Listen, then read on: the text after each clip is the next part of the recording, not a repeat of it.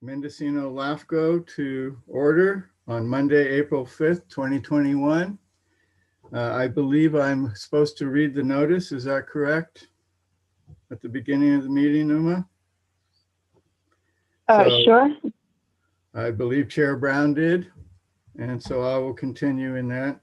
And the important notice is that pursuant to State Executive Order N-2920 pertaining to the convening of public meetings in response to the COVID-19 pandemic effective April 5th, 2020, the Mendocino Local Agency Formation Commission meetings are conducted remotely and will not be available for public participation until further notice.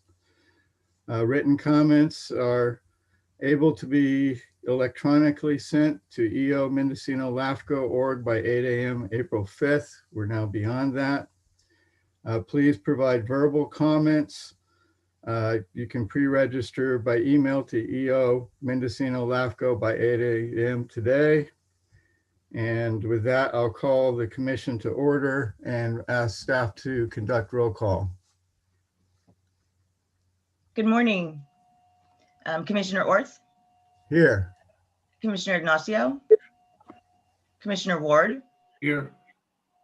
Commissioner Frohnberger? Here. Commissioner Gonzalez? Here. Commissioner McGordy? Here. Commissioner Mulhern? Commissioner Bazzani? Here. Commissioner Haschak? Commissioner Winkle? Thank you. Other staff present include Executive Officer Hinman, Analyst Larkin Filer, and Legal Counsel Mr. Scott Brown. Thank you. Thank you very much. And with that, we'll move to item 2, public expression. The commission welcomes participation in LAFCO meetings. Any person may address this commission on any subject within the jurisdiction of LAFCO, which is not on today's agenda. There is a 3-minute limit and no action will be taken at this meeting. And is there anyone in the waiting room for public expression? We have all participants in the meeting. We have Beth Salomon, who is interested in speaking. Yes, I see that. So Beth, please speak. Good morning, everyone. Beth Salomon, General Manager of the Russian River Flood Control and Water Conservation Improvement District. Uma was kind enough to include a written report in your agenda packet on current water supply conditions. But I thought I would let you also know that over the weekend, our district launched their Facebook page, which is very exciting. We're a little behind the times, but we've been pulled into the social media. So please go to that, follow the Facebook page for updates on ways that you can help conserve water and get the message out. We're hoping that people will forward the messages, and we're really aiming for a general public education here with the public outreach at this point. All the water suppliers are very up to date on the conditions and responses, excuse me. So now we're really working on folks, the end users, the residents, which is why I particularly wanted to say hi today and get you all on board, because each one of you represents districts and cities and general public, and a lot of you have social media pages as well. So with that, I will say thank you for your time and have a great meeting. Thank you very much. And with that, is there anyone else in the waiting room wishing to address the commission? No one in the waiting room. Okay, is there any public comment from any of the people present in the meeting? Seeing none, we'll move on to other business, and that's the announcement of alternate city member and oath of office.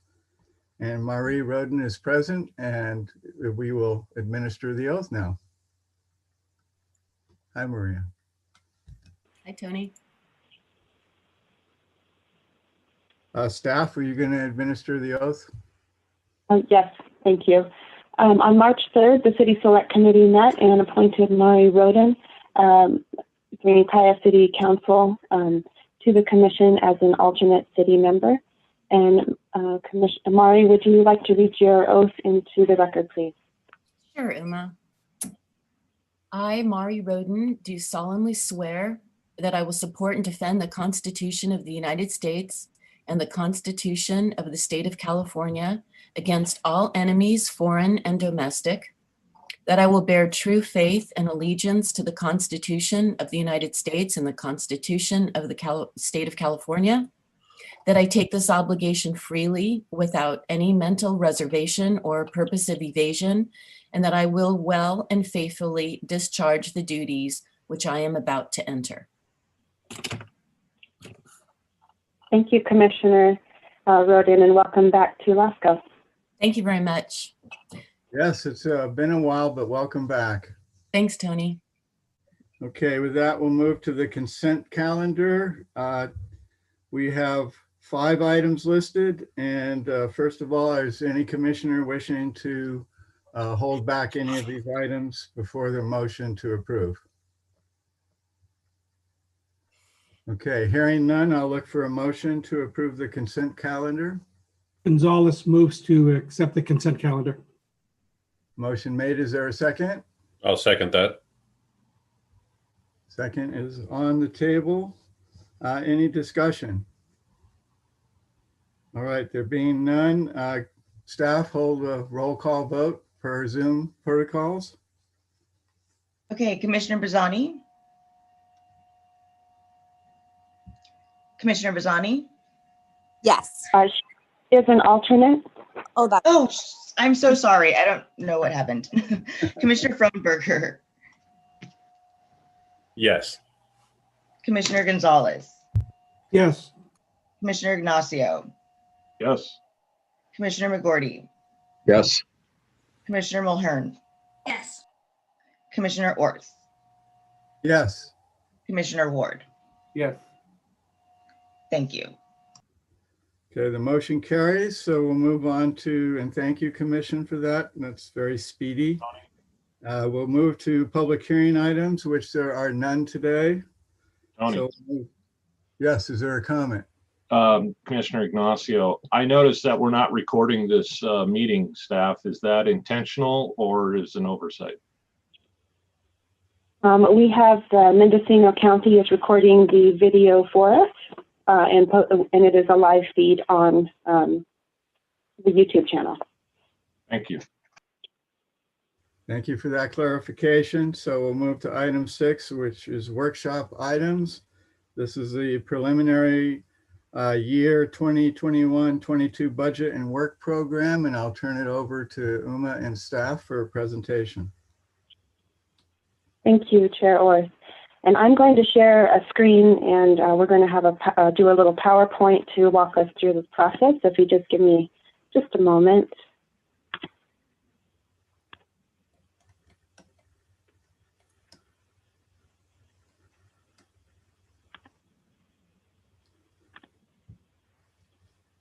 Can folks see that? Yes. Excellent. Okay. Okay, so this is the workshop on the preliminary budget and work plan for the next fiscal year. We did meet with the executive committee on March 10th, and the executive committee is putting forward this recommendation. I'm going to go over the budget development a little bit. We do have a few new commissioners, and please feel free to ask questions. The budget development process is laid out in the Cortese-Knox-Hertzberg Act, which is the regulations that govern LAFCO. There are a few specifications in the annual budgeting process. The budget should be at least at a minimum equal to the previous fiscal year. They do have a provision in the Cortese-Knox-Hertzberg for less than the previous year's budget if the commission can find that a reduction in staffing or program expenses will still allow the commission to fulfill its purposes and programs. Included in the budget process is a work program, which is a narrative of the work products for the coming fiscal year, and includes a tentative work plan for the future work products, including the municipal service review and sphere of influence update. So the work plan includes a description of the basic services, the services and supplies for the operations for LAFCO, the work plan, which includes the municipal service reviews and sphere of influence updates, and any special projects for the year. The preliminary budget for next fiscal year consists of revenues and expenses. The revenues for LAFCOs are entirely paid by the member agencies through apportionment fees, and it is a 1/3 split between the county, the cities, and the special districts. And it's based on a formula that is set by state regulation. And while there is a provision for alternate formulas within the CKH, we do abide by the state-regulated formula, which is based on an agency's annual operating revenues for the year. The apportionment fees are established by the Commission with adoption of the annual budget, and then those funds are collected by the county auditor on behalf of LAFCO and withdrawn throughout the year as needed. Other revenues include interest from our checking and revenues account, and also application fees. Although application fees are not included as a line item in our budget because they are a zero sum. As staff works on applications, those are paid for by the applicant. Expenses include basic services, which includes our executive officer, analyst, and clerk staffing. It includes operations and the work plan, which is the municipal service review and sphere update. And again, the application processing, which is a zero sum. We do practice a zero-based budgeting. So any unused budget appropriations lapse at the end of the fiscal year, and those may be applied to the subsequent budget cycle. So any savings that are realized from uncompleted tasks or savings in each account line item simply reduces the utilization of reserves to balance the budget. This slide is really intended to give the Commission a snapshot of the last 10 years of our budget actuals in history and the relationship between apportionment fees and our reserves. So what you can see is that early on in 2010 through 2012, the planned work plan was not completed in that fiscal year, so the reserves built up. And during that time, the Commission chose to reduce apportionment fees in order to reduce the reserves that were on hand.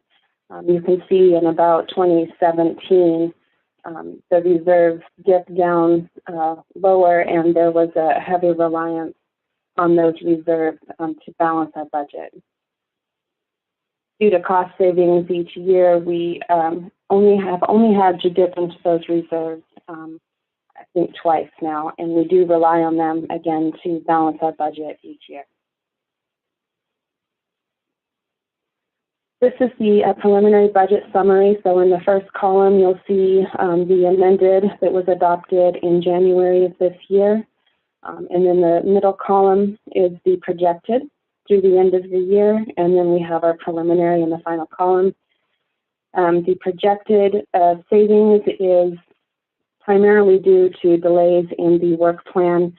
We've had some delays in getting the MOU and agreement set up for the City of Ukiah's sphere update. And that has taken quite a bit of time to get going. So we will realize some savings in that line item.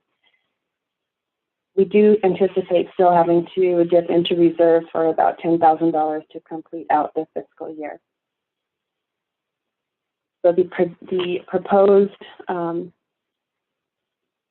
appropriations for the next fiscal year would be an increase from $150,000 to $225,000. That's primarily to increase the reserves for for legal purposes. We have a $35,000 reserve policy for our legal reserve. We anticipate, the executive committee has directed that we increase that to $50,000 in next fiscal year, with subsequent increases to $100,000. That recommendation is based on some new legal case regarding indemnification that we will get into later in the agenda. We wanted to look at a comparison of similar LAFCO budgets. This Mendocino is in the first column, so this is for the current fiscal year, 2020-2021. You'll notice that Mendocino, Humboldt, and Shasta all do contract staffing, all do the contract staffing, and Butte, Nevada, and El Dorado have employee staffing. This is just to show the population, the revenue and expenditure summary for each of those, to give an idea of where Mendocino is. This is a visual representation of that. You can see Butte is significantly higher. Again, they have a staff, a full employee staff. The work plan identifies the municipal service reviews and sphere of influence updates that are, according to the Cortese-Knox-Hertzberg, should occur every 5 years or as necessary. As staff, we look at the work plan and we prioritize the NSR sphere updates and then make those recommendations to the executive committee for consideration, and then finally to the commission. What staff uses to make that prioritization recommendation is identifying the municipal services. We do have a policy that states that for those agencies that do not provide municipal services, that we can wait longer on those preparing the sphere updates.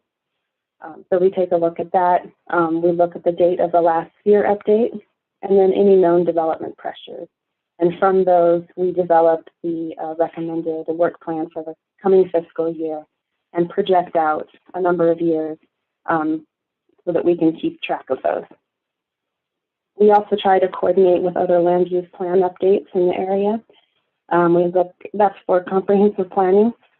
So we look at who is preparing a general plan update. For example, the city of Ukiah is in the process of preparing a general plan update. And we had, for the last few years, had planned to track their sphere update along with that process. And it provides an efficiency of planning efforts and also an efficiency of CEQA efforts and costs. This slide is really just to show that there are a number of steps in the sphere update process, and at any point in this process, there can be delays, and some of those can be pretty significant. So as staff, we just wanted to point out to the commission that while we intend to do the work plan within a single fiscal year, it often crosses fiscal years and which makes the budgeting for that kind of difficult to track. But we wanted to just make that point for the commission. So the preliminary work plan for the next fiscal year includes the city of Ukiah, the Ukiah Valley Sanitation District, the Ukiah Valley Fire District, County Service Area 3, and the Covelo Community Services District. So the table you can see when the last adopted municipal service review and sphere of influence was. And then we have estimated Uma, the there budget. is a question. I hate to interrupt. I know you're working along, but the slides aren't. I've been told that the slides are not actually showing up on the YouTube live stream.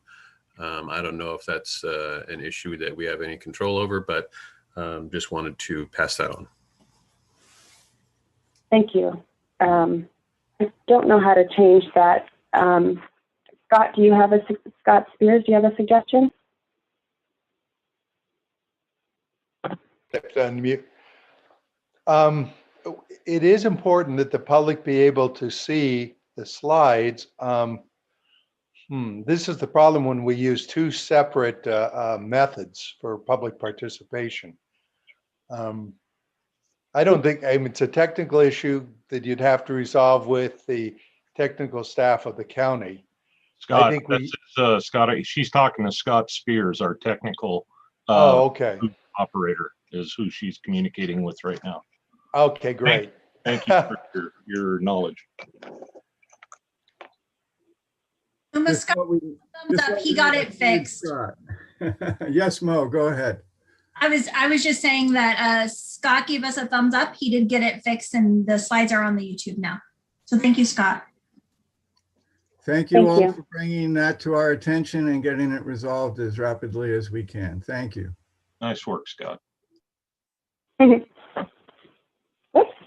Okay. We'll continue. Thank you. And yes, thank you, Scott, for fixing that.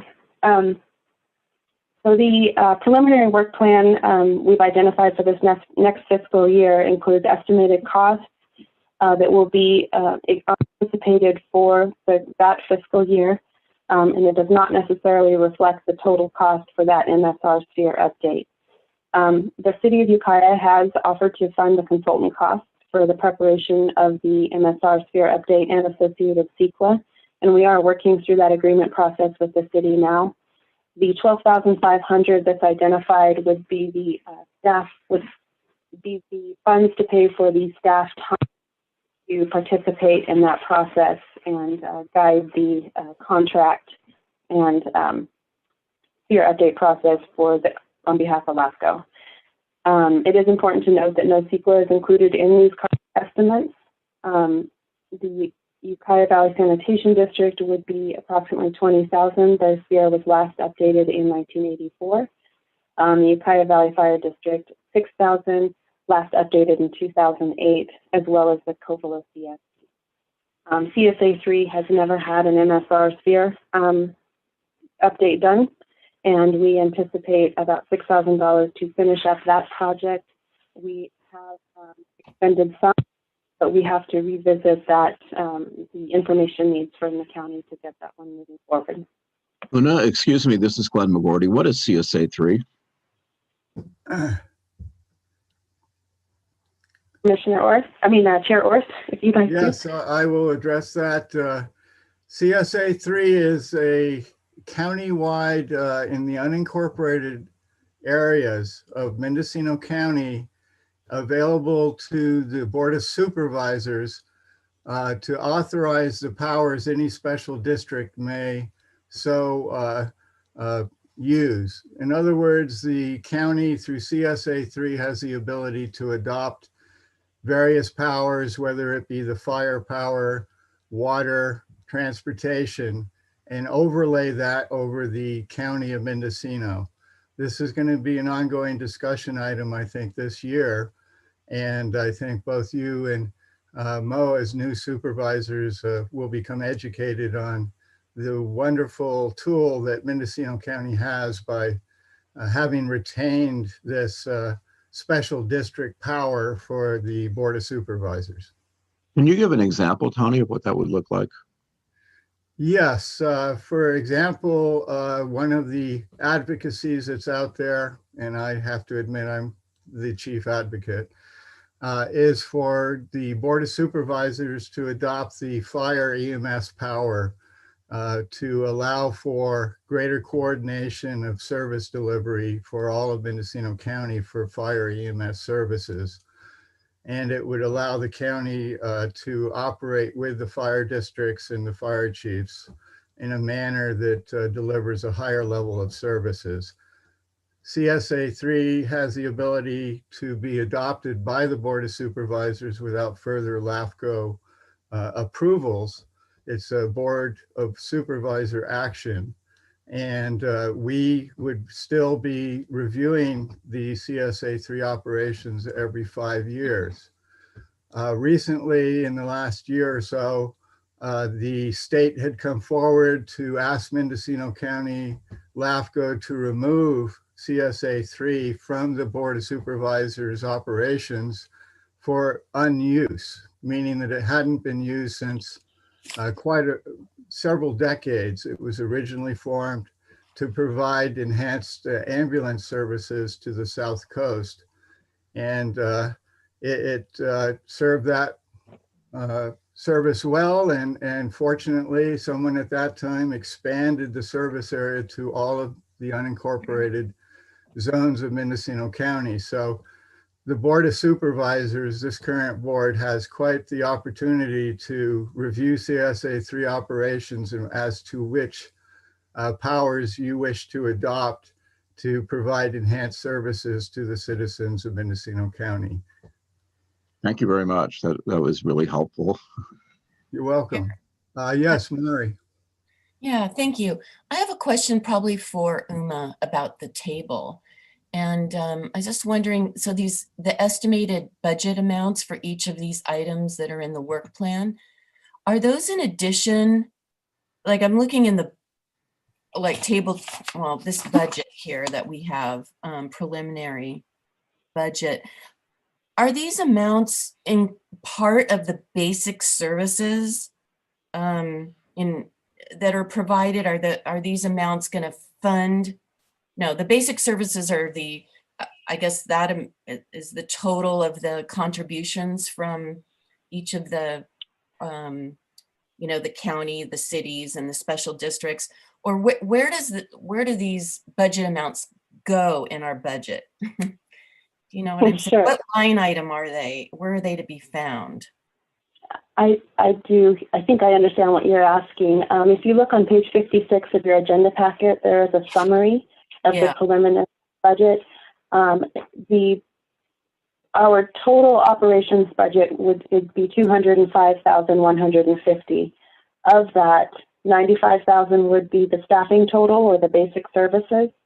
$61,500 would be the work plan total, and then the remaining services and supplies, which includes the office operations, insurance costs, memberships. That would be $50,650. And then what sorts of tasks go into the basic services? I mean, I saw the descriptions about clerical and that sort of thing. But I'm not really clear, like say your services.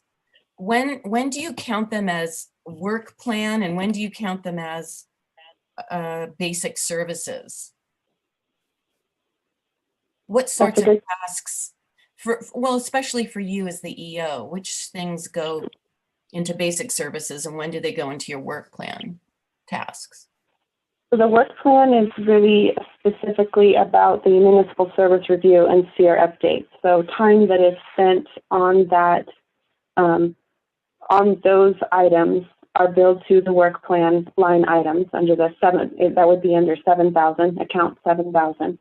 And any time that is spent on staff reports associated with those SEER updates is included under our basic services budget. So staff reports, presentations. Okay, thank you. Yeah, I get it. Okay. Any further questions from commissioners before Uma moves on?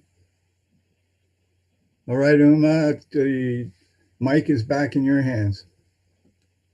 Thank you. I lost my train of thought here.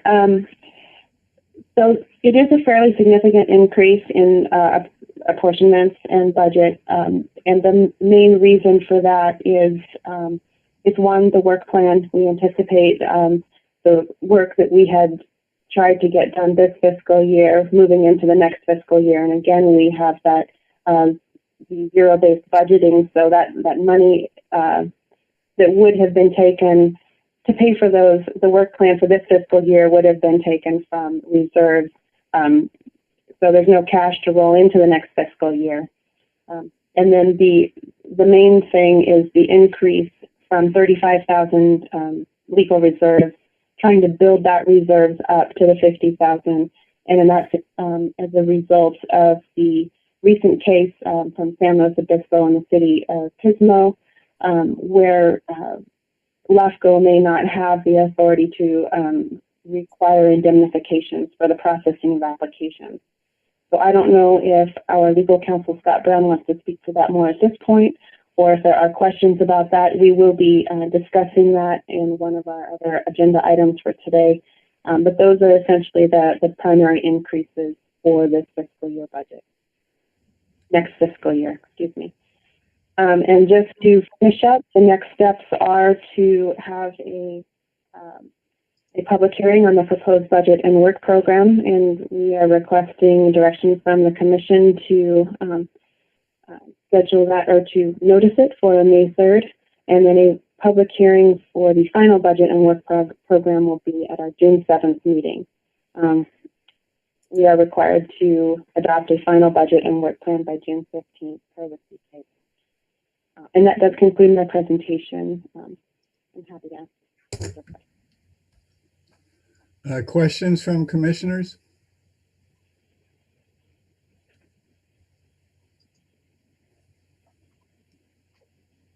Yes, Jerry, you're muted. There you go. Question for Uma. At what point, once you've notified the different agencies of what the apportionment is going to be at this point, most of the cities and special districts know what to expect to pay. Is that correct?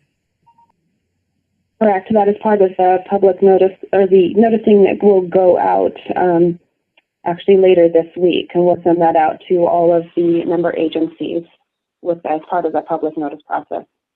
Thank you. Any further questions? We'll be looking for a motion to set the public hearing for May the 3rd. So moved. I'll second. Motion made and seconded. Any discussion? Then roll call vote by Zoom rules. Okay, Commissioner Ward. Yes. Commissioner Orth. Yes. Commissioner Mulhern. Yes. Commissioner McGorty. Yes. Commissioner Ignacio. Yes. Commissioner Gonzalez. Yes. Commissioner Fromberger. Yes. Thank you. The motion passes unanimously. All right, Commission and staff, I thank you for that presentation, and again, the speed of which this meeting seems to be moving at this point. Mari. Please. Yeah, sorry, I forgot to ask a question, and just probably a quick one for Uma. When you developed the work plan, you talked about your priorities, but I was wondering if you have like a big spreadsheet that has, you know, all of the counties, you know, special districts, cities, everything, and so that you can see on one sheet of paper kind of the schedule, the long-term schedule of all the MSRs and when they're going to be completed. So we can see how this work plan that you're proposing for this coming year is kind of a subset of the whole that we need to do as LAFCO over the year by year. Do you have something like that? We do. A number of years ago, we developed what we were calling a 5-year rolling work plan. Due to budget limitations and just delays in getting information when we needed it, it was turning into more than a 5-year work plan. So we do need to revise that. We still use it as our basis for prioritizing. But we can certainly put something together and share that with the commission at the next meeting, if that would be helpful, or I can provide you the worksheet that we look at. Well, we're working on. Yeah, that certainly would be helpful for the newer members who are not familiar with the inner workings of LAFCO. Okay, we will include that in our next meeting. Thank you. Any further questions? All right, then we'll move the agenda. We're moving on to 7A, Direction to Policies and Procedures Committee. And I'll turn this over to staff for presentation. This is meant for transparency. This is has an impact to our budget and to the apportionment fees charged to all three partners. So I do feel this is a matter of some concern, and I'll turn it over to Uma and Scott for presentation. Thank you, Chair Orr. Because this is a legal issue, I'm going to lean on Scott for this one. But essentially, the executive committee directed that staff put this on the agenda for transparency, as Chair Orr mentioned. And then what we are looking for is direction to the Policies and Procedures Committee to develop a policy addressing fees incurred from legal challenges to LAFCO action. And I will let Scott introduce it further. Yes, this relates to the recent case that came out of San Luis Obispo LAFCO, where the, and I'm just going to go ahead and give the full presentation now. I see no point not doing so, correct? Is that okay, Uma, even though you've got another item on the agenda? Yes, that works for us. Okay. The city of Pismo Beach and the developer made an application to San Luis Obispo LAFCO to annex an area to the city of Pismo Beach for development of a large subdivision. LAFCO Commission ultimately denied the application on the grounds that there was inadequate water to supply the subdivision. The city of Pismo Beach and the developer were not happy with that decision, as you can imagine, and sued LAFCO, arguing that they wrongfully denied the application. It was a complex case, went all the way to the Court of Appeal. And the Court of Appeal upheld LAFCO's right to deny the application. Then LAFCO turned to the city and said, okay, we incurred $400,000 in fees, pay us back for that amount that we incurred. The city of Pismo Beach and the developer refused to reimburse LAFCO its indemnification of attorney's fees. And then LAFCO sued the city and the developer to get those fees. The case at the trial level, they primarily focused on the unfairness of having the applicant have to pay the fees of the agency when it is the applicant himself who's suing the agency. It's essentially penalizing the applicant for exercising his constitutional rights to petition government. The decision at the trial level was in favor of the developer and the city on that ground, and this San Luis Obispo LAFCO appealed that decision to the Court of Appeal. At the Court of Appeal level, the Court of Appeal issued a much broader decision than the trial court had and ruled basically that LAFCO had no authority to require indemnification at all. They said LAFCO is an agency of statute. The only statute we have, 56853, only allows us to charge fees for processing the administrative procedure. There was no authority for any kind of charge that occurs post-administrative procedure. They also said, and California law is if you don't have a statutory authority or contract to pay a fee, you can't require payment of attorney's fees.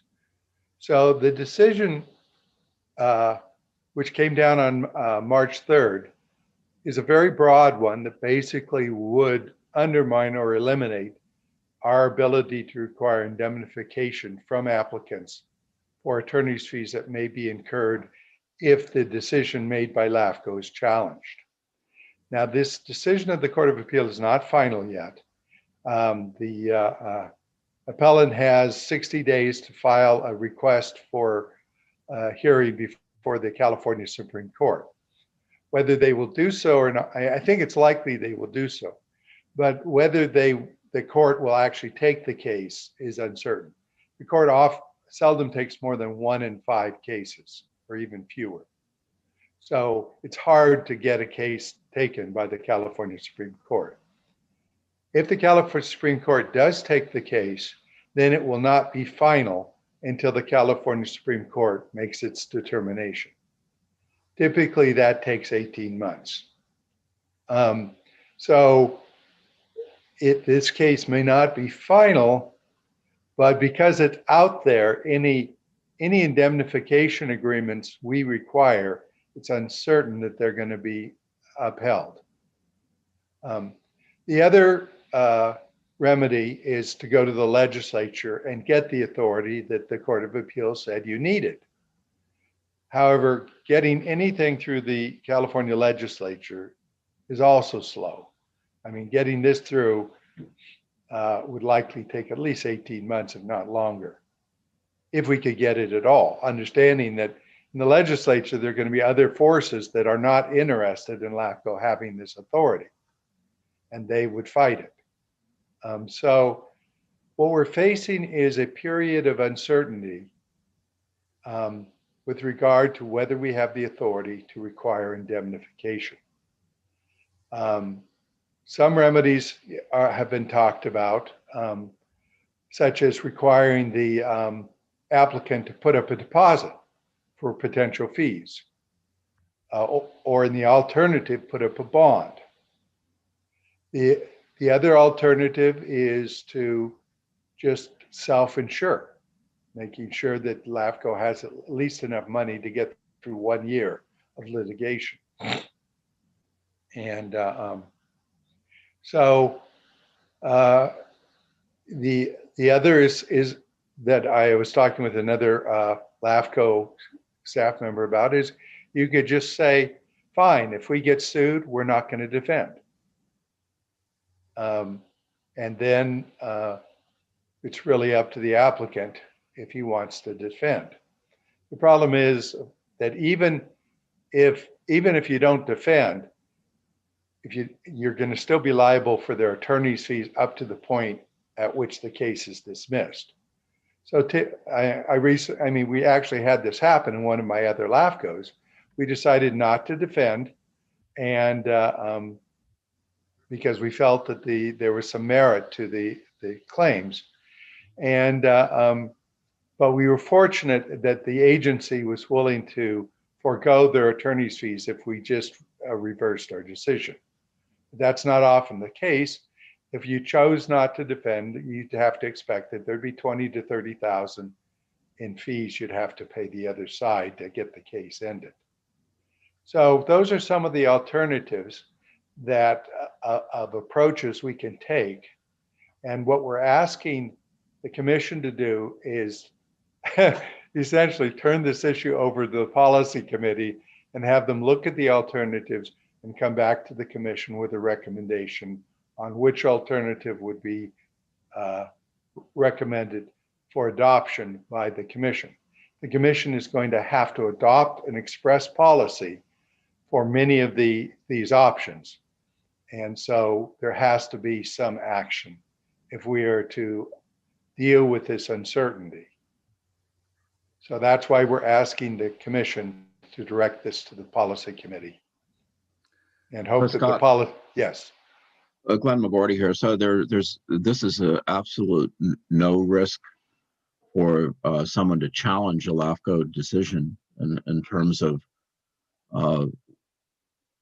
worrying about what I can see is just extended litigation. All they have to do is just fight us until we give up because we can't afford to defend ourselves under present statute. I'm going to step in. The purpose of this is for information and transparency, and if the commission wishes to discuss it, we do have a closed session that we can go into if it's chosen that we have questions and we wish to discuss it. But this will give the opportunity for members of the public to see what we're dealing with and why, as well as the member agencies, as to why the budget request to increase our legal reserves is in this new budget request. So if we wish to discuss it, we can do so in the closed session that appears on the agenda. And Glenn, do you wish to, will have questions, and so you wish to go into closed session later on the agenda? Well, just as a point of order, usually when something is agendized, the board members are allowed to discuss it. Why is that not the case here? We just want to limit, we're trying to be transparent as the new law requires. Even if we go into closed session, we have to give a pretty extensive description of what the closed session revolves around. And I will ask Scott, should we continue with this discussion in open session, or should we hold back for a closed session discussion? Well, I think it's up to the commission. Clearly, the discussion will discuss the various alternatives, and necessarily you're going to want me to tell you, do you think that's going to work? So we'll be discussing legal vulnerability, in which case you're creating a record, a path for anybody who wants to challenge the ultimate decision that is made. So I would recommend that if the commission wants to have an extensive discussion of this at this time, we should do so in closed session. And you could adjourn into closed session right now if you choose, or just hold off on this until the end of the agenda. Yes, and this is, again, we're just trying to be as transparent as possible, because this matter has impacts not only to our budget, but also to our work plan as it's occurring in the Ukiah Valley. So we're trying to be give opportunities for some dialogue to occur prior to our going into a closed session discussion if needed. And again, if you have questions, Glenn, we're welcome to, we can go into a closed session and so discuss. Mo? I think that I can probably get the information offline and keep the meeting moving at this point. Maybe with a direct later discussion with Scott would be acceptable for me. Okay, again, we did make sure that it's listed as a closed session item. So if any commissioner wishes to move into closed session for further discussion, we may do so. Mo, you had your hand up. Yeah, I'm not sure this conversation about moving into closed session on this item. The agenda item for 7A is to direct the policy committee to come back with a recommendation regarding this illegal analysis. So I'm not sure why we're having the discussion about moving into closed session on an item that isn't specifically listed. And I prefer it if we could just keep on track with this item and be happy to hear from the other commissioners how they feel about the recommendations that were listed in the agenda item. Okay. And the public, of course. Yes, the recommendations are, there are several that involve the way we can move forward with either a request for a bond or a self-insuring LAFCO. Again, though, Scott, you recommended that if we need further discussion, we go into closed session? Yes, if you choose to do so. But, you know, really, it is simply referring the matter to the policy committee. So it would be perfectly appropriate to limit the discussion now, and because it's going to come back to you in full at a later date. So it's up to you how you want to handle that. You will need to open up for public comment, since this is an item on the agenda, and it may be helpful. I think Mr. Williams is on the line, and he's somewhat of a student of this issue, so he may have some comments he may want to make. And that was Mr. Chair, I have a comment to follow up on. Scott. Can you just clarify for the record, for the public, which sub item under 7 we're actually on? Because it sounds like we're bouncing around from 7A, which we were scheduled to be on, down to 7C, and then a little bit of 7B.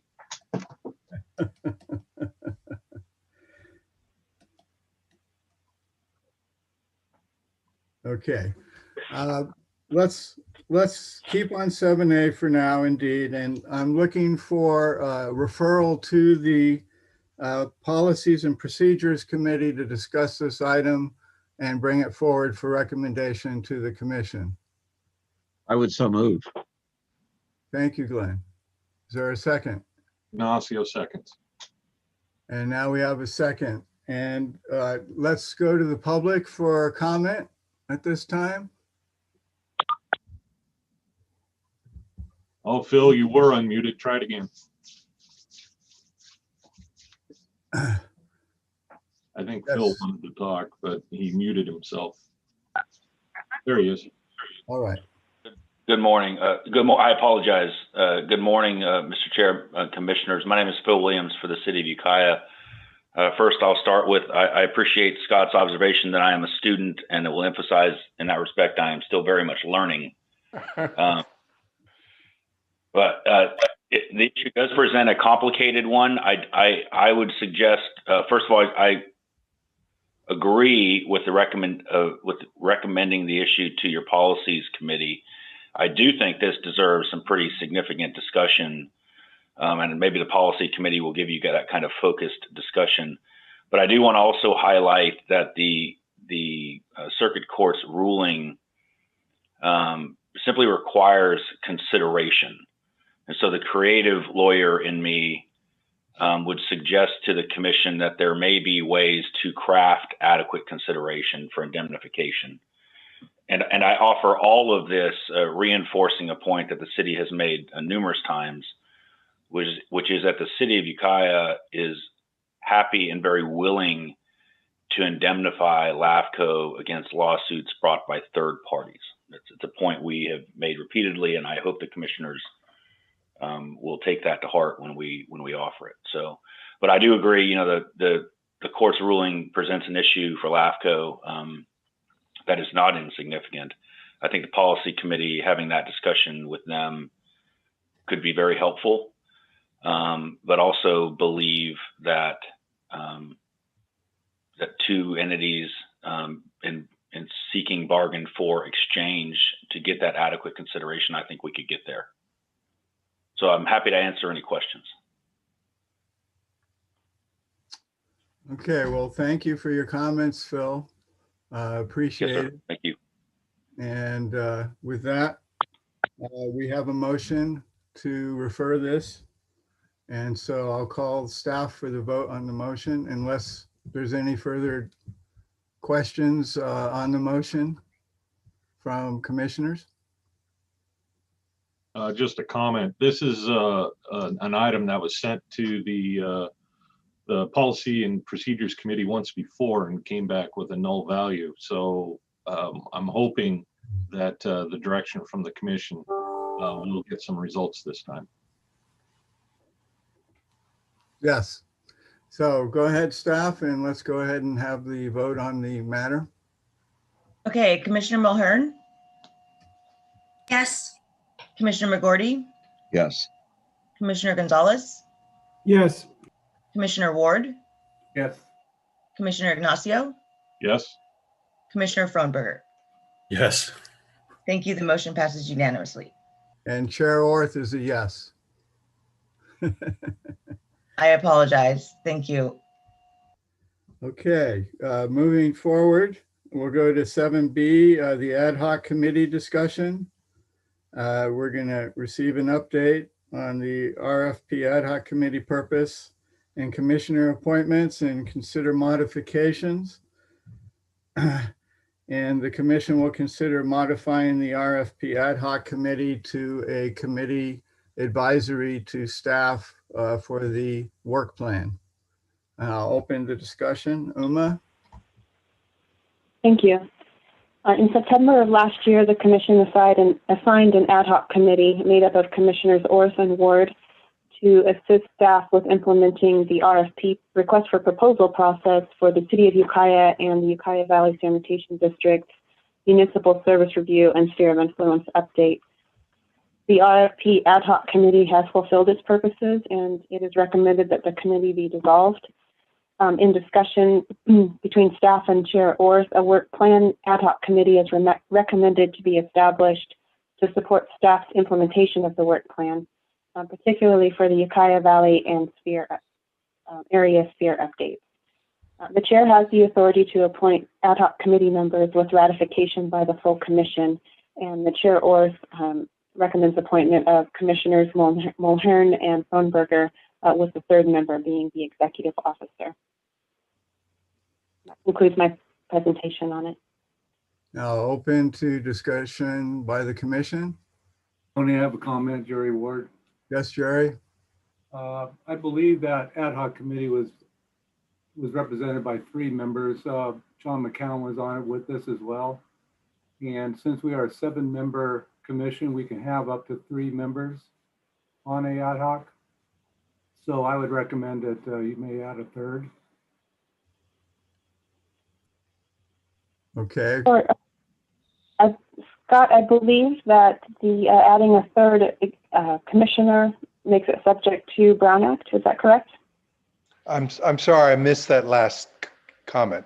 When you add a 3rd commissioner to an ad hoc committee, does that make it a Brown Act committee? Subject to Brown Act? Only if a quorum of the commission is 3 people. Okay, thank you. So in answer, we can add a 3rd person and still be an ad hoc? Because we're a 7-member commission as compared to the Board of Supervisors, it needs 2-person ad hoc committees because of a 5-member board. Yes, as long as your committee is less than a quorum of the legislative body, it is not required to comply with the Brown Act per se. Okay, well, I will take volunteers. I wanted to make sure that the interested parties are well represented in this ad hoc. So we actually have with Mo, and I do use first names because I'm dyslexic and I have trouble pronouncing last names. So you're going to have to kind of get used to me. I will try occasionally to use your last names, but I might trip over them. Anyway, both Matt and Mo have extensive experience in the Valley issues, and the work plan in particular this next year is very focused in the Ukiah Valley issues. However, I would entertain a 3rd member, a 3rd commissioner. If you wish to come forward, we can add you to this committee. Is there anyone so wishing to become part of the ad hoc committee? Mr. Chair, for representation, is it possible that Mari would be a candidate if she was interested and she would represent the city's stakeholders? Well, I did consider that Commissioner Mullering is both having come off the city council to become a county supervisor, kind of fills both roles. But however, again, I'm just willing, alternates are available to go onto our ad hoc committees. Mr. Chair, just for clarification, I'm talking about Mari, the city alternate. Yes, I understand. Mari wishes to speak. I appreciate that, Scott. I was thinking, oh yeah, maybe I should raise my hand, and so I would like to be participant on this ad hoc committee. Okay, then I will add you to the ad hoc committee since you're so willing. That's an important feature here. And Matt and Mo, I look forward to your working with staff. If you accept this appointment, do you do so? Yeah, that's fine with me. Thank you, Chair. Yes, and Matt? Yes, Chair, that's fine. Well, thank you. I know it's going to be a big help to staff to have all your voices and guidance to ultimately the commission as a whole. So with that, I may ask for ratification. No vote needed, just any opposition to be voiced, if there is any. All right, I'm seeing none, so I so move the appointments as named to the ad hoc committee to address and help the work plan issues with staff? I don't think that's a motion, that's a direction from the chair who appoints ad hoc. That's correct. So I didn't ask for a motion. I was just asking if there were any comments to the negative, which we did not receive. And again, I'm new at chairing LAFCO, so excuse me if I come up with different ways of managing our forward motion here, but I do think it's a sensitive issue and I want to make sure the voices are heard equally and that we move forward and get the best information for the commission as a whole when we take action in the future. So again, thank you for your service, the 3 members of the ad hoc.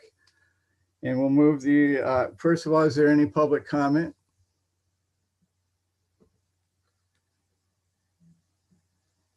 There being none. Uma, there is none, correct? Correct. Thank you. All right, then we'll move on to 7C, San Diego LAFCO initiative to sponsor legislation on Government Code 56133E. I'll turn this over to Uma. Thank you, Chair Orth. This item is in response to a call for support from San Diego LAFCO, who is sponsoring legislation on 56133E that gives LAFCO authority to determine whether a service extension is exempt. 56133 regulates out-of-agency service agreements, and subsection E identifies several types of services that are exempt from the provision without LAFCO approval. The proposed change would require a determination by the commission or executive officer as to whether a proposed extension is exempt. Our local policies require consultation with the executive officer to make that determination, whether agreements are subject to commission review. This legislative change would be consistent with that policy. Staff is recommending that the commission authorize the executive officer to relay preliminary support to San Diego LAFCO while still retaining full support pending a review of the final bill language. So this is an initial step in that process, and they are requesting LAFCOs throughout the state to provide their support. A number of LAFCOs have already provided that support, and it is agendized for a number of other LAFCOs to also make that consideration. Thank you, Uma. I'll open for discussion by the commission. Any commissioners with questions? Comments? I'm not seeing any. Any public comment? Uma, there's no public comment? No public comment. Then this is to give direction to staff for a letter of support. Is there a motion to so authorize? I so move. Gonzalez. Second, Mulhern. Motion made and second. Any further discussion by commissioners on the motion? Any public comments? All right, there being none, would staff conduct a roll call vote, please? Commissioner Mulhern, Yes. Chair Orth, Yes. Commissioner Ward, Yes. Commissioner Ignacio, Yes. Commissioner Frohnberger, Yes. Commissioner Gonzalez, Yes. Commissioner McGorty. Yes. Thank you. The motion passes unanimously. Thank you, commissioners. With that, we'll move to our information and report items, starting with the 8A work plan, current and future proposals. Uma? Thank you. This is a report on the active proposals and, oops, I just lost my place. On active applications and future proposals, and also an update on our work plan status. We have 5 active proposals that we are working on.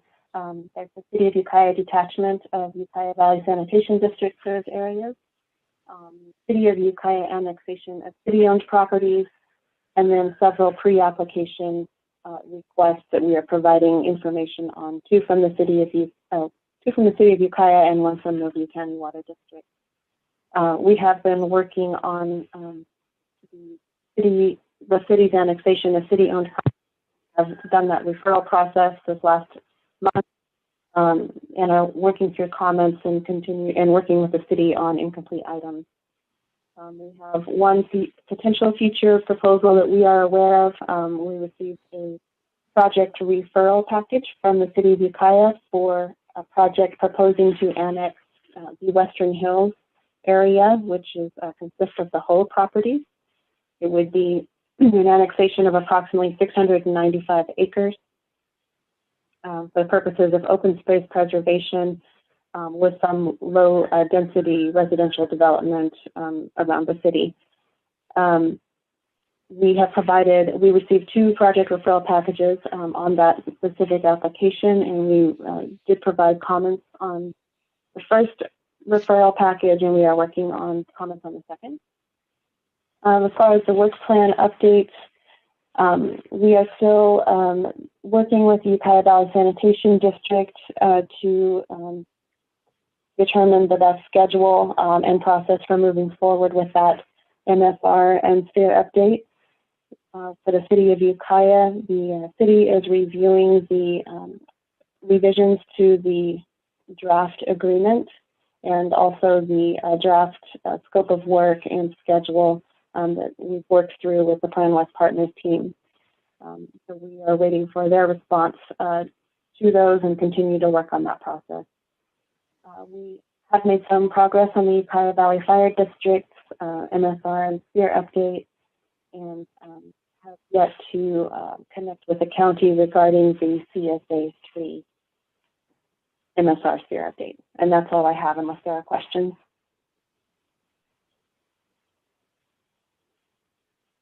Mari? Go ahead, Mari. Yeah, thanks. Hey, Uma, I wondered about the second item on the city of Ukiah annexation of city-owned properties. And I'm sure I could get this from city staff, but I was just wondering, the question here is the application referral and notice to the county to initiate the tax share negotiation were routed and comments received. An incomplete letter was sent to the city of Ukiah on March 23rd. Is it your practice typically to share with commissioners what was incomplete about an application, or is that, or not, I guess is my question. We can certainly provide that information as part of the public record. There were a number of items identified by staff, and if you'd like us to share that letter with you, we'd be happy to forward it to you. An application is not, we are not able to deem an application complete until the tax share negotiation process is completed, and that goes for any application.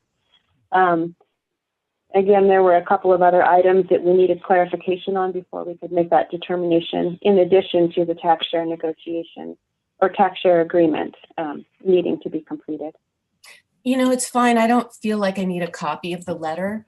It's nice to get just a quick sentence or two, like you just provided, on why the application so far it was deemed incomplete. I appreciate that. Yes, and just for historic reference, Mari, getting this tax share agreement between the cities and the county is an important precursor that we've been waiting for some time. As you know, having been on the commission, it was an issue even back then. So hopefully we'll see some progress with that soon. And I'll go to Matt with a comment. Matt? Yeah, also on that same subject, the city has offered to fully fund the update in order to expedite the process, which thank you very much. That's a great thing. When they say fund the process and that they are looking at Plan West Partners, will Plan West Partners be working for us, or will they be working for the city of Ukiah since they'll be funding it?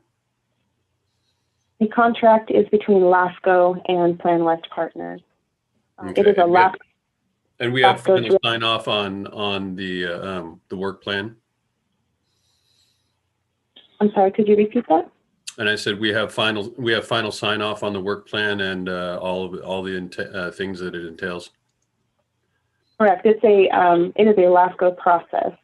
So the commission will be making the decision on the adoption of the MSR and sphere update. So all recommendations come to the commission for consideration. Okay, thank you. Yes, and Matt, we'll be looking forward to your involvement in the ad hoc committee to help guide us through that process. Further, Tony, yeah. Jerry Ward has a comment. Gary, please. Uma, why is it taking so long to get the MOU completed? It's been months now. Yes, well, it's had a couple of iterations going back and forth between the city and our legal counsel regarding wording, and the indemnification, I understand, is part of the question. So we can have a conclusion on MOU very soon? Well, I hope so. Phil is on the line, so it's basically he and I have to concentrate on getting it done. And it was delayed as a result of this new case, which creates issues on the indemnification portion of the MOU. And in fact, how that is addressed, we may have to just leave that for the ultimate policy adopted by the commission, or perhaps, as Phil has suggested, we can figure out a way to create consideration to make it more enforceable. Because I think there's no disagreement between us on indemnification, but we have to figure out how to do it. Okay, thank you for that. Mr. Chair, may I make a comment, sir? Mr. Williams, go ahead. Thank you. So I wanted to jump in because I appreciated Uma and Scott. I wanted to make sure that the commission wasn't pointing the finger solely at them, but certainly I am to blame as well, and want to make sure I assume my fair share of responsibility. But they're right. And Mr. Frohnberger, your comments are, about who the consultant is working for. The kind of the implications of how this agreement is being structured complicates that relationship. And so, in addition to the indemnification issue, there are just some other terms that really need some thought, really need to be thoughtfully looked at and appreciated by both parties. So that's another reason why it has taken as long as it has. And I agree with you, it has taken longer than I think any of us had hoped it would. But I do hope that we'll resolve it shortly. Thank you, Mr. Williams. Yes, Tony, I any have a comment. questions? Tony, I Yes, have a Barry? comment. On the Ukiah Valley Sanitation District, SOI and MSR, there was discussion about putting that into some consultant as well. Doesn't seem like we're moving very fast on that. But I did want to make a comment regarding our legal fees. And thank you, Scott Brown, for itemizing a little more. I can understand them now, but there's some discussion that's generally that we're responsible for the sand district, and then there's other costs that you provide that deal with the detachment. Can we get the ball rolling on the district's SOI MSR? Again, this is months again, and we've got these work plans. So we've got these work plans are for this particular fiscal year. And the rate we're going, we're not going to get into them until next fiscal year, which then takes the work plans that we want next year delayed another year. So I'm just trying to push these along as best we can.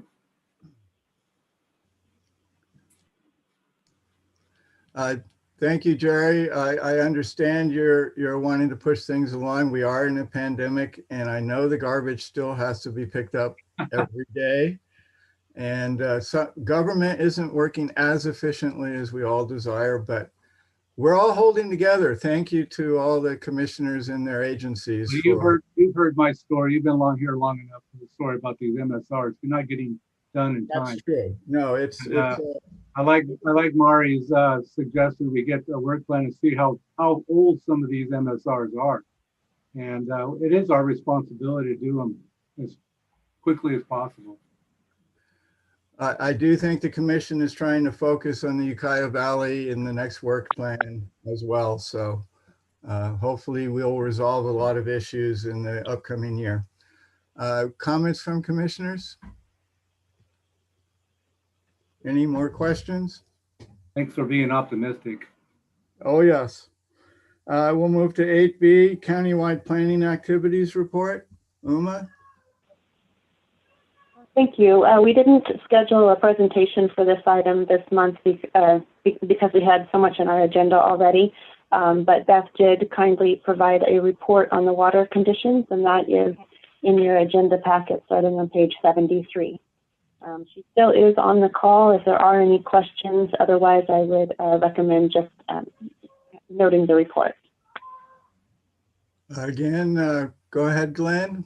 I just want to reiterate what Beth said. We're in a really dire situation for water, and we really need to take this very seriously across the county, not just in Ukiah Valley. The water situation this is going to be a real bear to get through this year, and we have to become really aware and recognize that there's going to be people in real distress because their wells that aren't connected to anything are going to go dry, their springs are going to go dry, and we really need to have some kind of a contingency plan for the county to assist people in those kinds of situations. Yes, and I'll make, Matt, I'll go to you in a moment. I'll just make the comment that our discussion of CSA 3 could have some importance to coordinating countywide activities through the Board of Supervisor, because water is one of the powers that can be adopted and further the countywide interest. Matt, go ahead. Yeah, I'd like to expound a little bit on Commissioner McGordy's statements. Yes, it's really easy to understand the situation within the Ukiah Valley by looking at Lake Mendocino and then also, looking at Lake Sonoma. But those are also indicative of water situations throughout the entire county. All of our major watersheds are short, which means that all of our water basins are going to be short. And we are looking at, potentially once in a lifetime shortages this year, unless something changes drastically. So it is extremely important that all the partner agencies and all the water districts, all the cities take this extremely seriously and start early with your conservation programs and start strong. We are certainly doing so with our customers and working with our shareholders or our stakeholders to do so. But this is not just a Ukiah Valley thing. You can't just look at the lake as being an independent structure. Same rainfalls everywhere in the county. So just wanted to make sure that we put the correct emphasis on this and that it's a dire situation at this point. Yes, agreed. And hopefully the LAFCO agendas in future will continue to have line items in our agendas so we can discuss this matter. LAFCO is a forum for the districts, the cities, and the county to come together and share best practices and what's going on the ground. So I look forward to hearing from member agencies in the future on this issue as the drought rolls on. Thank you for your comment. Further comments by commissioners? Any public comment? Then we'll move on to 8C correspondence. Uma? No correspondence noted. We'll move on to 8D executive officers report. Uma?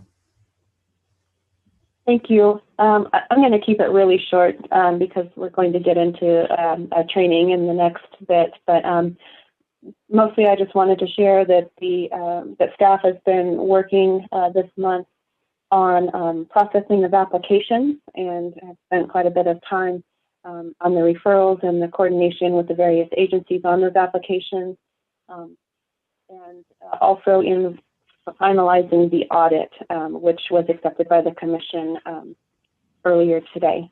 So that's been our focus. Of course, we are still tracking the work plan and trying to move that forward as best we can. And I'm happy to answer any questions. Any questions by commissioners? All right, seeing none. Any public questions? I believe there are none. So we'll move on to 8E committee reports. And Scott, you want to give the executive committee report? I believe we had a closed session.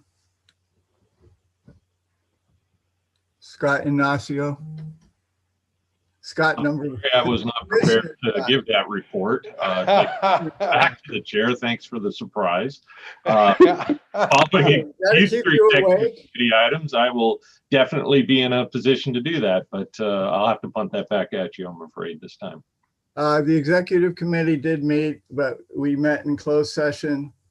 And we referred back to the full commission item 7A. So that's basically the issue that was dealt with. And thank you for that opportunity, Chair. I'll step in next time. Yes, I want to prepare you for that in future. The vice chair has a role. Is there any report from policies and procedures? I don't believe they've met recently. We have not, but we are trying to schedule a policies and procedures meeting for next week to address the indemnification issue that was assigned today.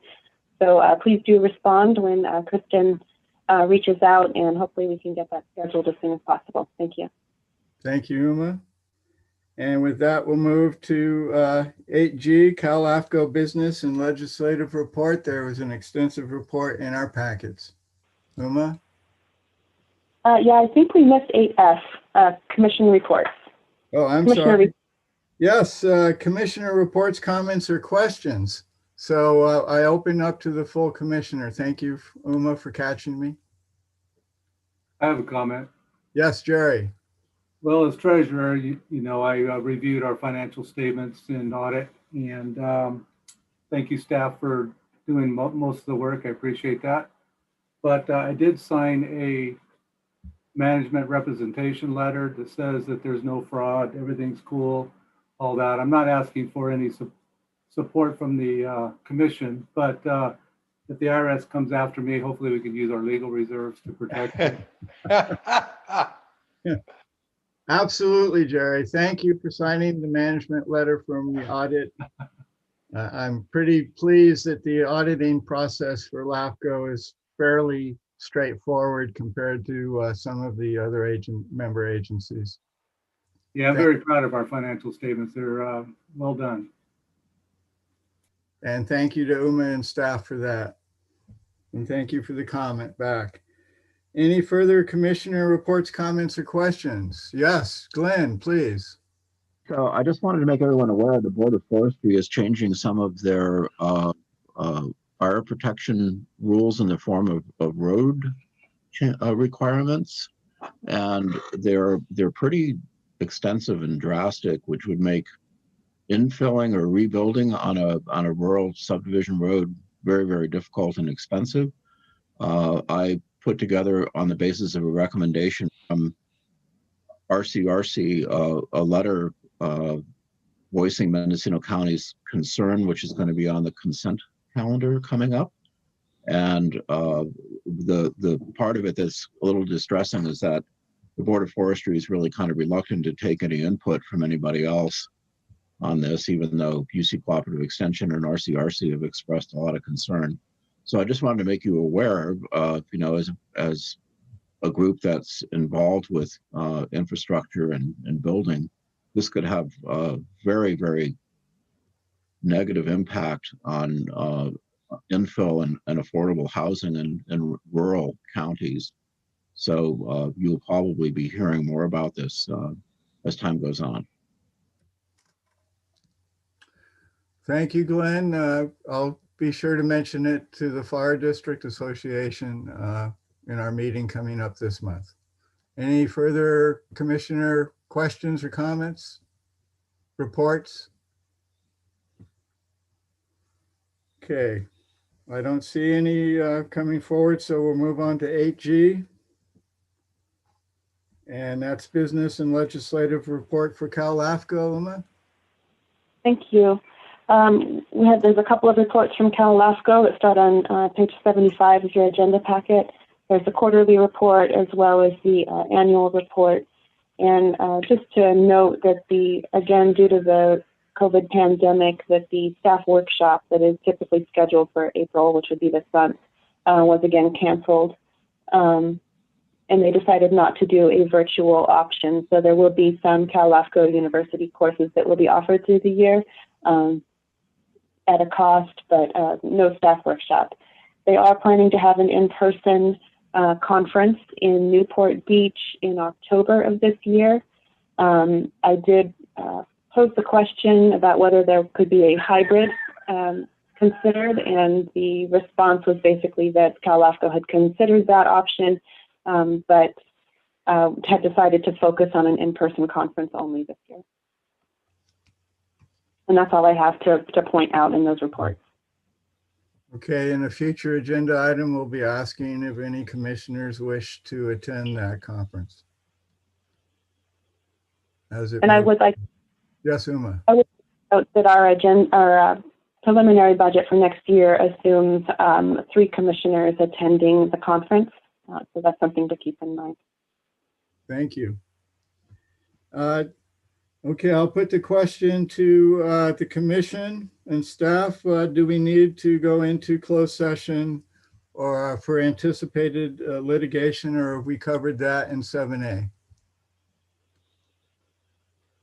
Are there questions for any commissioner wishing to go into closed session to have a broader discussion of the item? I'm not seeing any commissioners so requesting. Okay.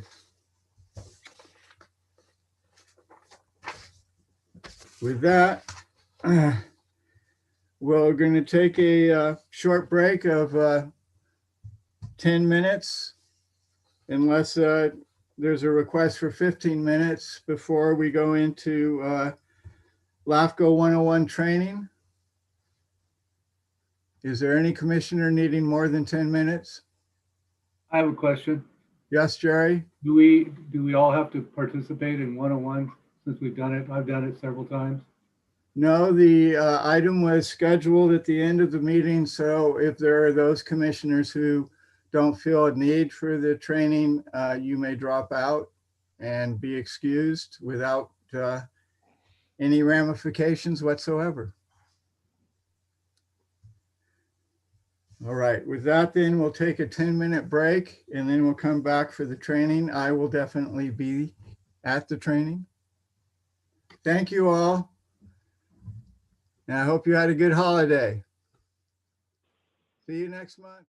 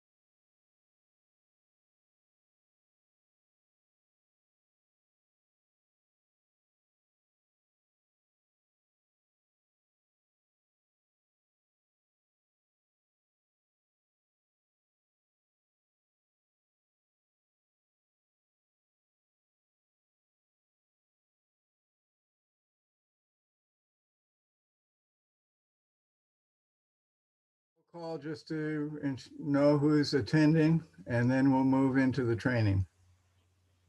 Staff, go ahead and conduct a quick roll call. Okay, Commissioner Orth, Here. Commissioner Ignacio, Here. Commissioner Ward, Commissioner Frohnberger, Here. Commissioner Gonzalez, Commissioner McGorty, Here. Commissioner Mulhern, Here. Commissioner Bazzani, Commissioner Haschak, Commissioner Winkle. Thank you. Okay, staff, onward. Did staff call Mari's name? I see she's still attending. That is true. Hello, Mari. Thank you, Commissioner Roden. Here. Thanks. Just added to the list today. All right, Uma. Well, thank you. I'd like to also note that Beth Salomon has joined us too, so she can learn more about LAFCO. Just teasing you, Beth, a little bit. So this, I'm going to go ahead and share a screen. We do have a PowerPoint to help us walk through. We have myself, I'm going to start the presentation off, and then we have our analyst, Larkin Filer, who is going to present about the Municipal Service Review and SPEAR update process and requirements. And then we have our legal counsel, Scott, who's going to tell us all about the legal parts of LAFCO. This LAFCO, just raise your hand if you have questions during the presentation. Thank you. Go ahead, Uma. Yes. Yes, thank you. Please do feel free to jump in. I'm going to go ahead and share a screen. This is typically a, this is a presentation that is provided at the CALAFCO conferences. We didn't have one, of course, this last year. Whoops. So I want to credit CALAFCO with some of these slides, but we did tailor it to Mendocino LAFCO, and this is my first time giving this presentation, so appreciate your patience, and please do ask questions as we go through it. So we'll start out with the very basics. What is LAFCO? LAFCO is a state-mandated independent local agency that was formed, that was first entered regulations in 1963. The state created it to regulate local government and to act in a position of oversight over the local government. LAFCO is tasked with the logical and timely boundary changes and ensuring or promoting efficient provision of services of cities and special districts. There are 58 LAFCOs in the state, one for each county. It is often misunderstood that LAFCO is a county agency, and it is not. It is a state-mandated agency. The agencies that fall under LAFCO jurisdictions include the county, cities, and most special districts. There are a number of districts that are not included under LAFCO jurisdiction. Community facilities or Mello-Roos districts, school or college districts. LAFCO does not regulate county boundaries. Bridge and highway districts are not under LAFCO's purview. Improvement districts, zones of benefits, air quality and pollution districts. None of those are under LAFCO jurisdiction. JPAs, Joint Powers Authorities, are not under the jurisdiction of LAFCO. However, recent legislation of a few years ago required that JPAs submit their agreements to LAFCO, who keeps them on file. Another thing that came up today, excuse me, Uma, if I just interrupt, is the discussion of the county CSA, a countywide CSA.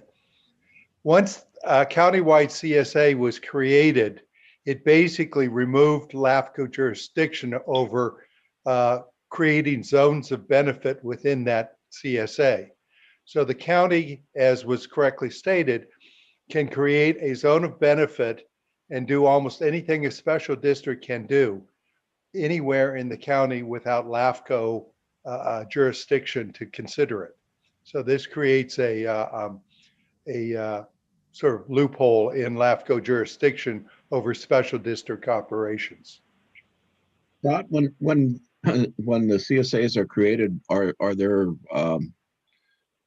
can that be done just for part of the county, or should it be for the entire county, or how does it work? When a CSA is created, it is subject to LAFCO jurisdiction. Here, however, the county created a county-wide CSA, apparently with LAFCO approval at the time. That puts the county in a position to create zones of benefit within that CSA for any services equivalent to a special district that the county chooses to provide. And LAFCO has no jurisdiction over those zones of benefit. So it creates a separate area where special district services can be provided through the county that LAFCO has no ability to consider. However, it is up to LAFCO to activate powers for the CSAs. Is that correct, Scott? Yeah, that's a good point.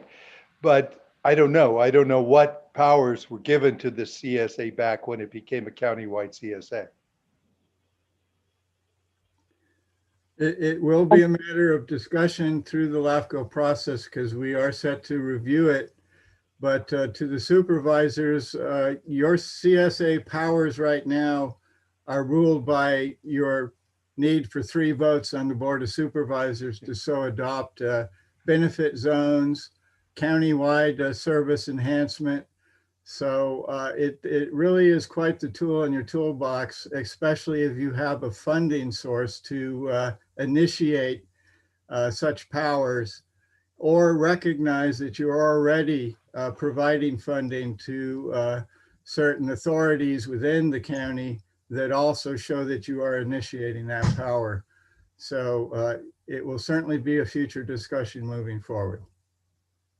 Okay, Uma, I turn it back to you. Thank you.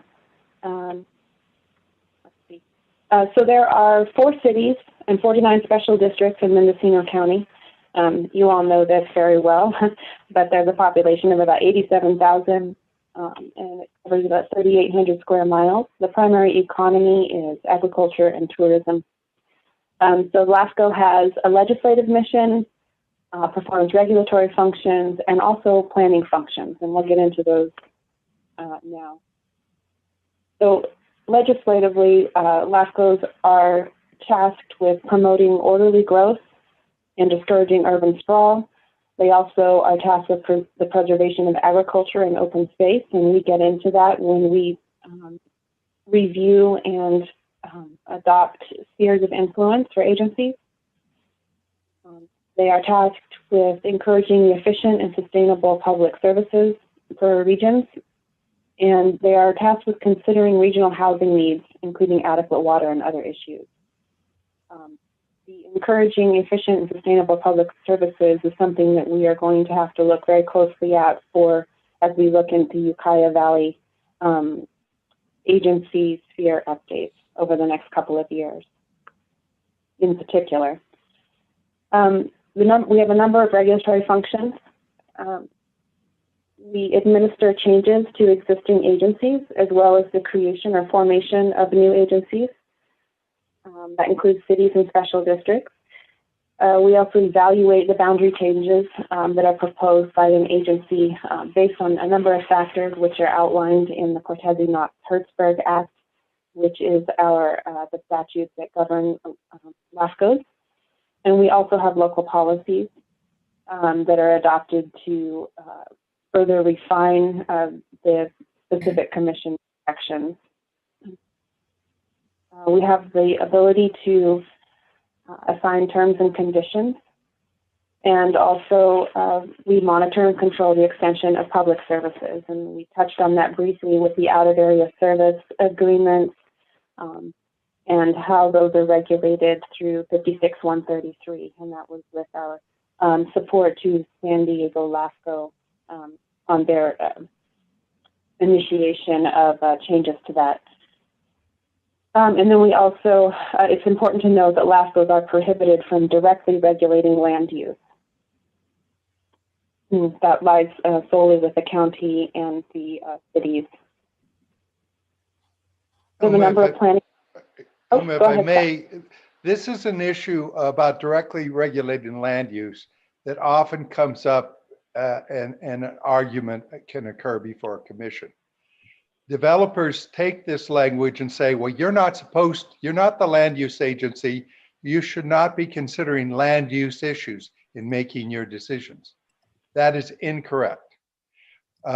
You absolutely are a land use agency and have to consider land use issues. How else can you protect agriculture and open space and discourage urban sprawl?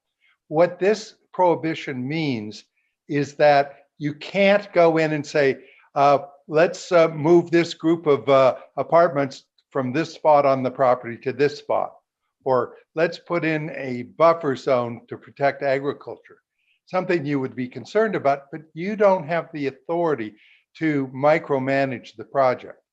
Your authority is to say, you know, if you don't put in a buffer zone, city, to protect the neighboring farm, we're going to deny the project. And then usually what happens is that the agency with the land use authority, i.e. the city, creates a boundary, amends the application to create a boundary, and then LAFCO can approve it. So you do consider land use, you just don't directly impose conditions that that affect the land use.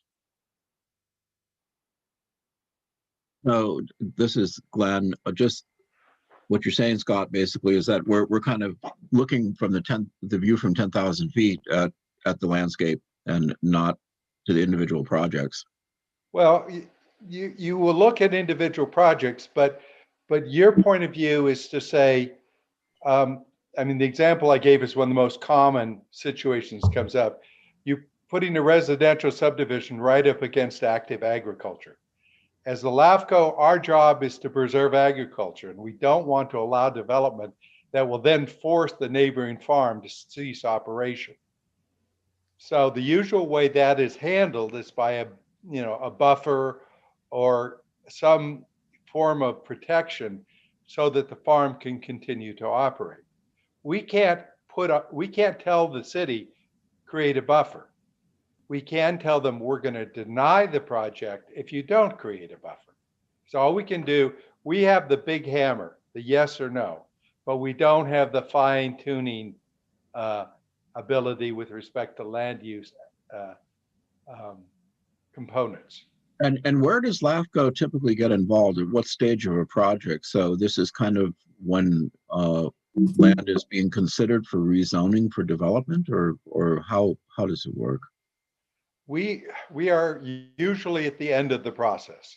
The applicant has applied to the city for his pre-zoning and subdivision map, gotten all those entitlements, and then a request is made to LAFCO for annexation.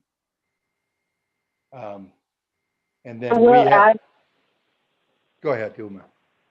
I will add that we are often routed, unfortunately not always, but such projects are usually routed through LAFCO as a part of their referral process. And at that point, we try to make comments on proposals so that we can at least give them a head. That will be the discussion of the points that LAFCO will be looking at. And also it helps with their CEQA process if we can get that those comments in initially. Okay, any further questions on this matter? Well, just following that just for a second, looking at the history of Ukiah. So we see projects are built in the county rather than being annexed into the city. So what, and it's something that has always puzzled me. I mean, you're standing on one side of the street and you're in Ukiah, and across the street is the county. And why is that? Why wouldn't there be more continuity to include urbanization projects into the city of Ukiah? That's a very good question, and I will say that one of the issues that has, is present is the lack of a tax share agreement. Every change of boundary requires a tax share agreement between the county and the agency, and a lot of counties, they have a master tax share agreement typically in place for between cities and counties that kind of facilitates that process and makes it much easier. But my understanding from speaking with the county CEO's office as well as the city staff is that in 30 years, the city and county have not been able to come to an agreement on that tax share negotiation. So that is a major holdup in any annexation into the city. And it's surprising too, because I look at the apartments that have been built on Brush Street with no lights and substandard streets and significant populations and no sidewalks, and I'm just wondering, how does this happen? Normally, if that was in the city of Ukiah, they'd be held to standards that would be more typical of an urban area. Yes, you've hit on probably the most difficult issue that is playing out in the applications you're going to have before you. Fundamentally, it happened because the city allowed its wastewater treatment plant to be used by non-city special districts, so that special districts can provide critical urban services without land coming into the city. Most cities will not allow use of their wastewater treatment plant without annexation. But in the case of Ukiah, historically, it granted that authority to outside special districts. So now you don't have to be in the city of Ukiah in order to develop in an urban fashion. I would also point out brick trails in the city of Willits are similar in that brick trails shares costs of operations of the Willits sewer plant, and it's owned and operated by the city. I would also point to one other district that hasn't been mentioned yet, utilized by the city of Fort Bragg, which is a municipal service district, which cities can use as well as LAFCOs for the application of services, not full services, but particular services outside, but within their SOIs. So that is another item that will merit some review during our processes. Uma, unless there's further discussion on this? And I want this open-ended, so any commissioner, when you have a question, you don't need to go through the chair. Just go ahead and ask your questions of staff during this. This is a workshop. Thank you. Uma? Thank you. The LAFCO also has a role in planning functions. We prepare municipal service reviews. We prepare a municipal service review, or MSR, in conjunction or before updates to a sphere of influence. LAFCO is responsible for establishing and updating spheres of influence for all cities and special districts within the county. Intent is to work cooperatively on growth with agriculture and open space preservation, as well as delivery issues. And that's with all stakeholders. And I will say that towards that end, we did get involved in the SALC, or the Sustainable Aglands Committee project, which is a grant-funded project through the county. I believe it's the Farm Bureau and the Mendocino County RCD. And I know that Glenn knows a lot more about that, and he sits on the committee as well. Actually, Mendocino County is part of it, as well as through the Mendocino County Agriculture Department. Yes, thank you. Another planning function is to adopt local policies and procedures that further defines and refines the LAFCO law, so the Cortez-Knox-Hertzberg Act. And that provides the opportunity for LAFCOs to create policies that reflect the priorities of a county, specific county in a region. To take a step above LAFCO, the Little Hoover Commission is essentially the watchdog for state agencies. And so in 2017, they're similar to a grand jury, except at the state level. In 2017, they did a report on LAFCOs. And these are some of their recommendations. That LAFCOs are to remain neutral, independent, and provide balanced representation of the county. They recommended strengthening LAFCO's powers to prevent urban sprawl and ensure orderly extensions of government services, and recommended the regular preparation of municipal service reviews and to inform their sphere of influence updates. And they also recommended strengthening policies to protect agriculture and open space. Some of the LAFCOs did get together and under the CALAFCO umbrella, they prepared a white paper on agriculture and open space, and that is on the CALAFCO website. And if any of the commissioners would like to see that, I can forward the link to that. So just let me know. The commission, our commission is composed of 7 members, 2 county members appointed by the Board of Supervisors, 2 city members appointed by the City Selection Committee, 2 special district members who are elected by the special districts, and the election is carried out by the executive officer, and then 1 public member, which is appointed by the commission. There's also an alternate for each of those categories, and although this isn't the case with every LAFCO, we do have a policy that encourages alternates to participate in closed session meetings, and the intent for that is so that they are prepared should they have to step in for one of their members, regular members. All commissioners serve 4-year terms. It is an independent commission. When you sit on the commission, you represent the public as a whole and exercise the independent judgment on behalf of the public and not the appointing agency. The decisions that are the analysis and decisions presented by staff and that the commission will make are based on the Cortese-Knox-Hertzberg Act, as well as our local policies. And there are links on our website to both the current CKH and our local policies. I do think, Uma, we really have to emphasize to the commission this requirement that you exercise independent judgment. I know it is hard sometimes when you're from a special district whose application is before the commission to take off your district hat and put on your LAFCO hat.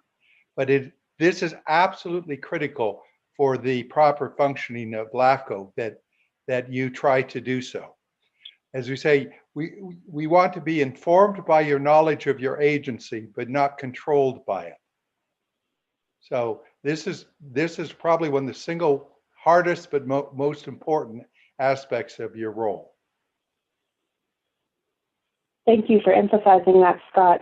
And one question that we get from almost all new commissioners is in regards to whether they need to recuse themselves from decisions that have their representing agencies. Do you want to address that really quickly? The Cortese-Knox specifically acknowledges that you have a conflict situation. You're sitting on an independent agency, LAFCO, but you're also a city councilor or special district director or board of supervisors member. The statute authorizes that conflict, so there's no conflict for those 2 dual roles. But the legislature expects you to rise above your position as a city councilor or as a board of supervisors member when you're sitting as a LAFCO commissioner and decide.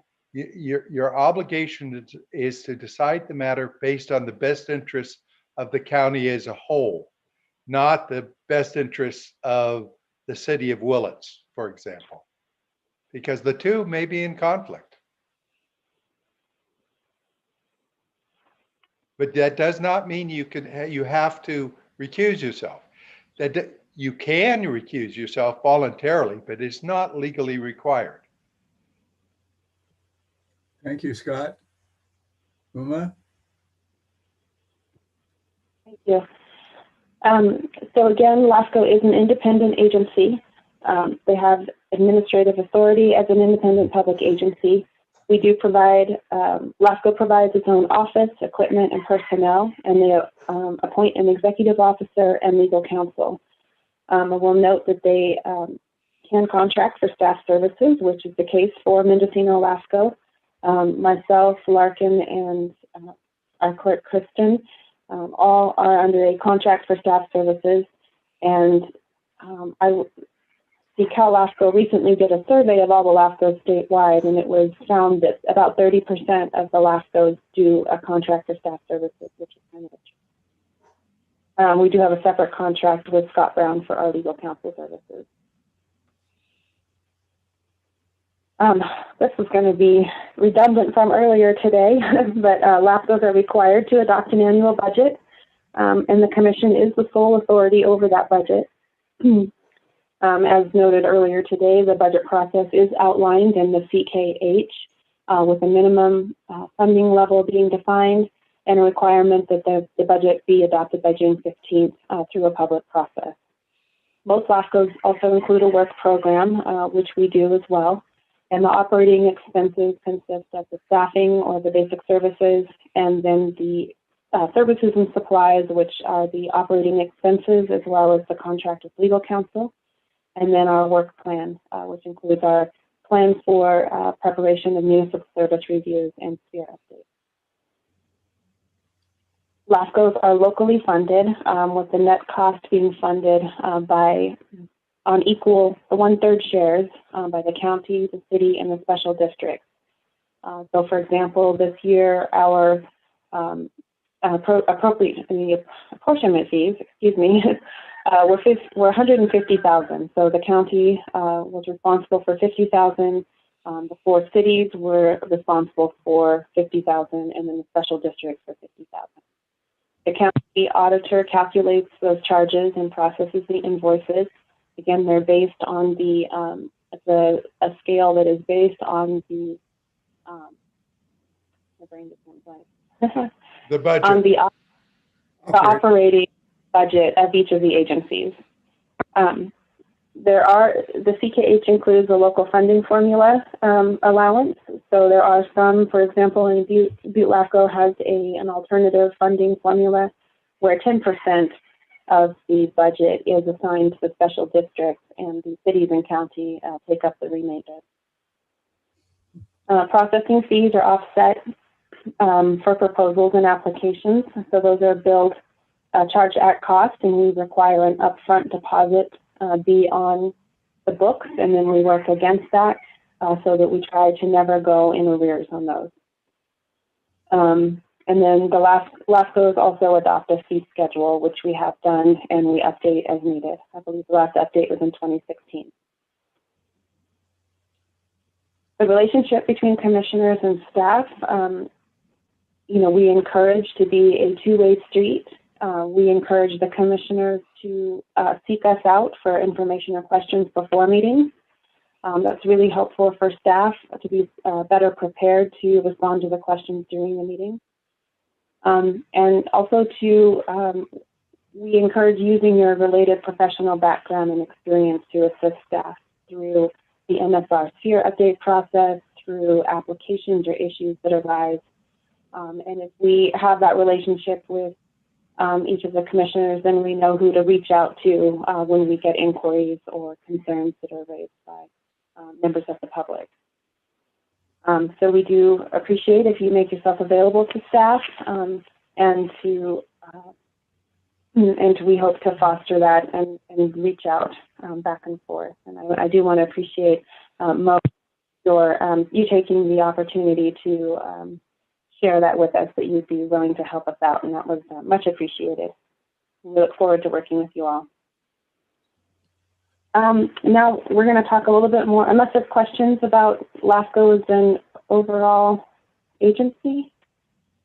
we will move on to planning functions, and Larkin is going to give us a presentation on the municipal service reviews and sphere of influence updates.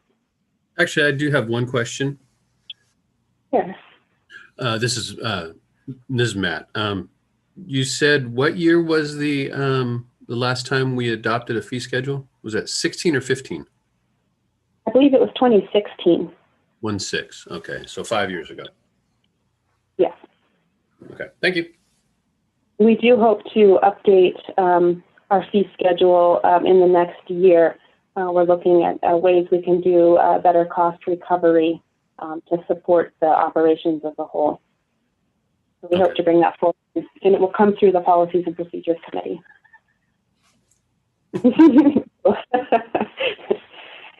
Larkin, do you want to take over? Yeah, good morning, Commissioners. Can you hear me okay? Yes, we can. Great. Okay, next slide, Uma. Okay, so why is the Municipal Service Review and Sphere of Influence study conducted?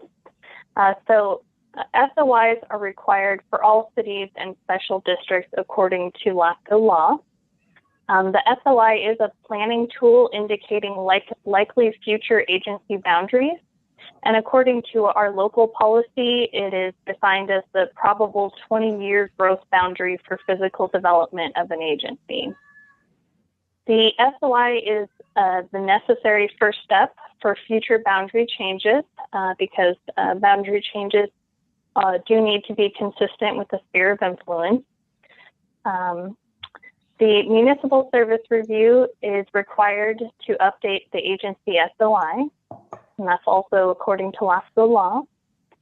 And specific to this, which it really gets defined at a local level, all spheres are required to be updated in 2008. That was according to the 2000 revision of the CKH or establishment of those newer LAFCO laws.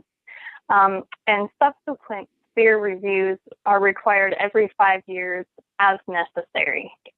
So each LAFCO really defines this, specific to their agency. There is no consensus in the LAFCO community about this time frame. Some agencies look at this as, very purely straightforward, that every 5 years we must update a sphere of influence for every agency. And some look at this more as really emphasizing the as necessary component of the language in the law. In Mendocino LAFCO, we do try very hard to accomplish reviews every 5 years, but there are many reasons why that is not always feasible. Okay, Larkin, and we'll go to Scott. So that second to the last bullet you have there, does our LAFCO consider any applications with an SOI older than 2008? Well, that is a very good question. And actually, we are in the process of addressing that question in our local policies by amending our sphere of influence policies. We do have some agencies that have what we consider to be outdated spheres. And so, it is our intent to update those spheres before processing those boundary change applications so that we have done the MSR SOI process in modern times and have something, really reliable to point to as far as SOI consistency in the application process. Did you want to add anything, Scott Brown? Sure. I mean, I need to know something, if you don't mind, please. I thought you mentioned that LAFCO law requires, when you read that bullet, that spheres be updated in 2008 or later. That is correct, yes. So the law states that, so there have been various iterations of LAFCO law over time. So the most recent version that we are working from is from 2000. And in that version of the law, it did require SOIs to be updated, basically what we consider to be the first round studies by 2008, and then every subsequent sphere review is a second or third round from that initial one. Scott Brown? Yes, Scott raises a very important issue. The law says it has to be done 2008 and at least looked at every 5 years thereafter. However, there is no case law interpreting what happens if you don't comply, right? So this is an issue that is unresolved, and most, we are having arguments in Mendocino County of agencies that want to go forward with major annexations that have spheres that haven't been updated since 1984. And they claim, well, there's nothing that says we can't go forward. Our sphere from 84 is our current sphere. So we demand that you process our application. Staff thinks that we need an updated sphere before those annexations can occur. And this is an issue that's under debate, and ultimately you as a commission are going to have to decide how you want to approach this. Is there a policy in place that if an application is being presented that this commission could reject the application as incomplete? We have proposed policies precisely on that point, but they stalled at the policy committee level when we ran into a buzzsaw of opposition from the city of Ukiah. All right, thank you for that. I'm hoping the policy committee will be able to move forward at this next committee meeting. Thank you. And Larkin, before you move forward, are you going to mention area of interest policy as part of the SOI process and MSR review? It's a yes, I will. Yes, that is on a further slide. Thank you very much. Thank you. Okay, go ahead then. Okay, so next slide, please. So the municipal service review, we just refer to it as the MSR. This provides an inventory and analysis of agency services related to capacity, adequacy, solvency, accountability, and anticipated demand now and in the foreseeable future. Based on existing information and trends analysis, and it evaluates governance structure and operations and identifies possible areas for improvement and enhanced coordination. It does provide information and analysis that supports the SOI study, and it requires written determinations on 7 mandated factors. Next slide, please. So the MSR determination categories are growth and population projection, disadvantaged unincorporated communities, capacity of facilities and adequacy of services, financial ability of the agency, shared services and facilities, accountability, structure, and operational efficiencies, and other service delivery matters. I will point out on this last item, we do not currently have any local policies requiring additional areas of review in the MSR process. So next slide, please.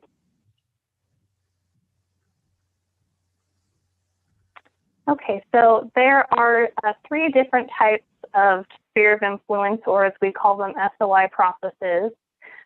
First is the SOI establishment, and this is the initial development of the sphere for an agency.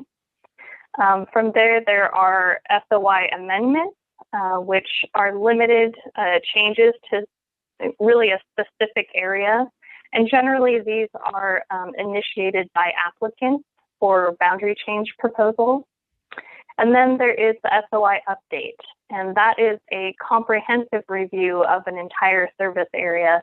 And these are generally initiated by LAFCO. Next slide, please. Okay, so the SOI update.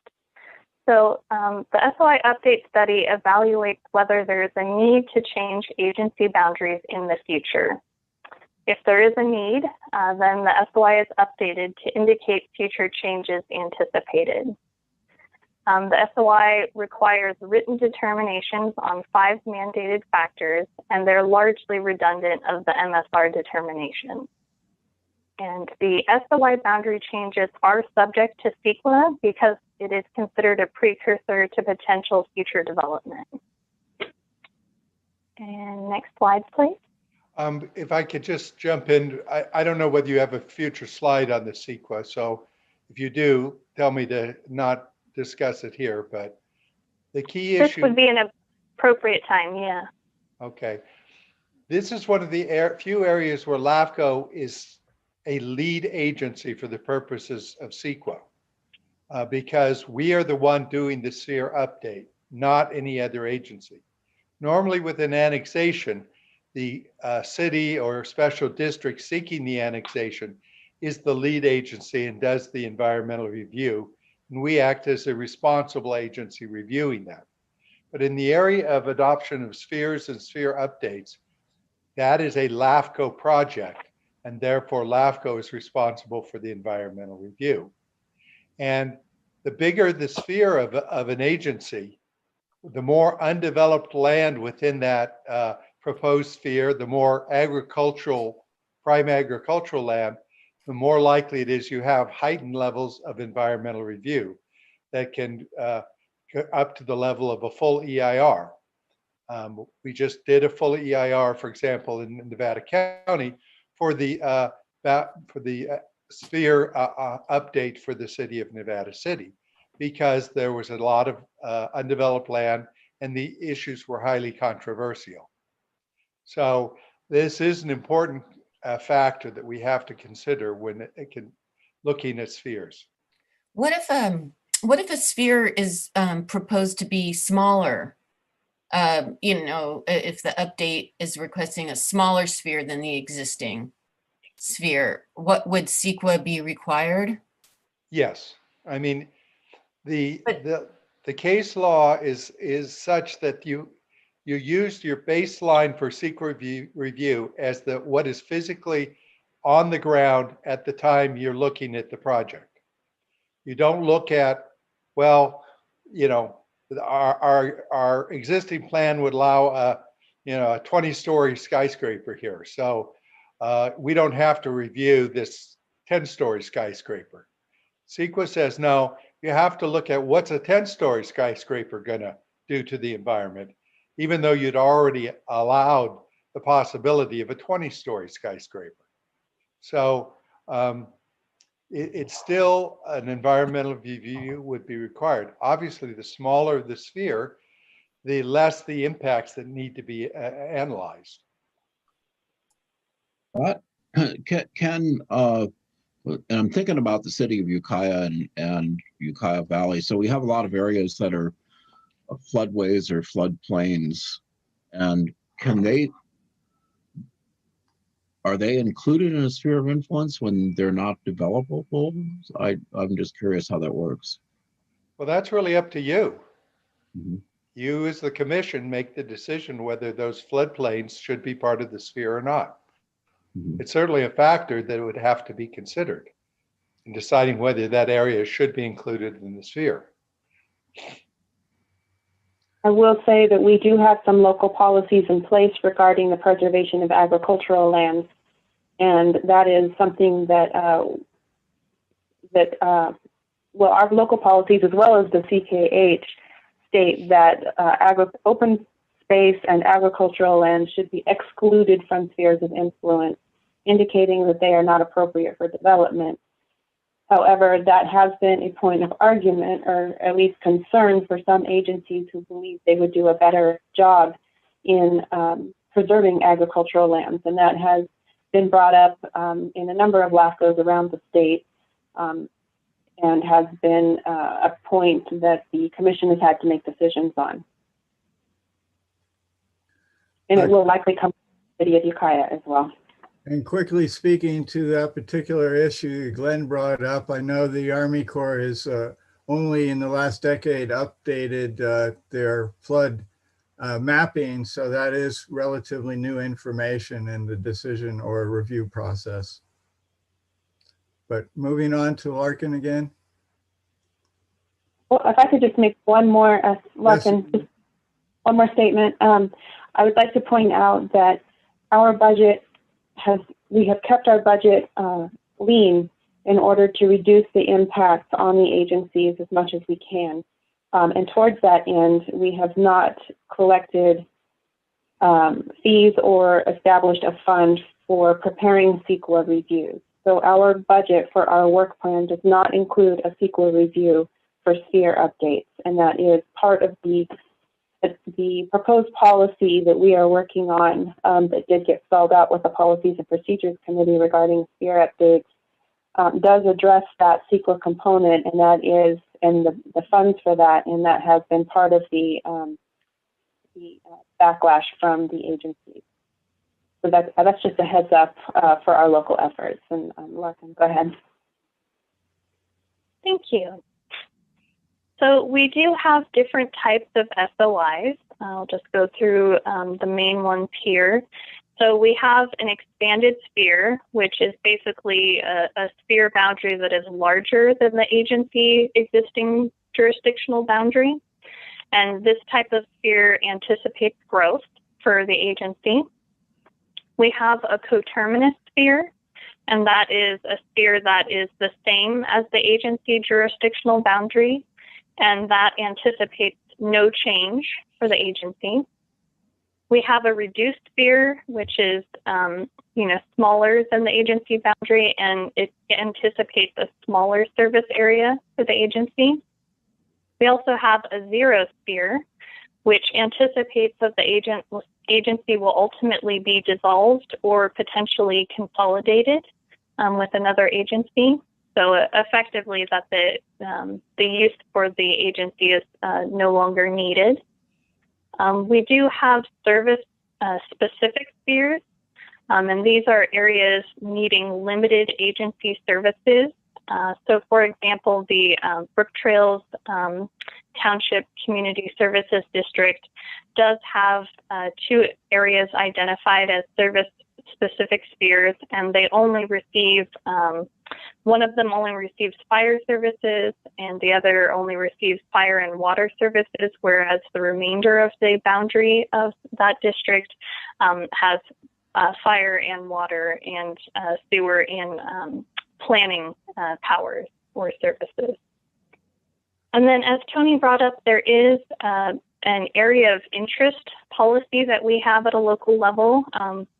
And this basically is, it is not an SOI designation per se. The area of interest identifies areas for enhanced coordination in situations where land use decisions or governmental actions of another local agency have the potential to impact the agency's lands, facilities, or services. This is somewhat of a newer policy, and we have only been implementing it in the last couple of years. We did identify some areas of interest when we reviewed the City of Willits, and then also when we worked on the Brook Trails CSD MSR SOI study.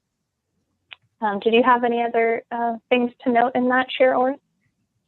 No, you covered it well. Thank you. Okay. Any other questions on this slide? Okay.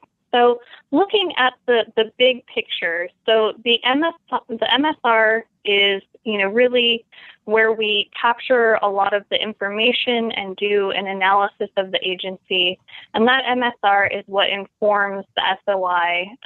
Both, the SOI is looking at, future demands, but also looking at what is the capacity for that agency to meet growth demands.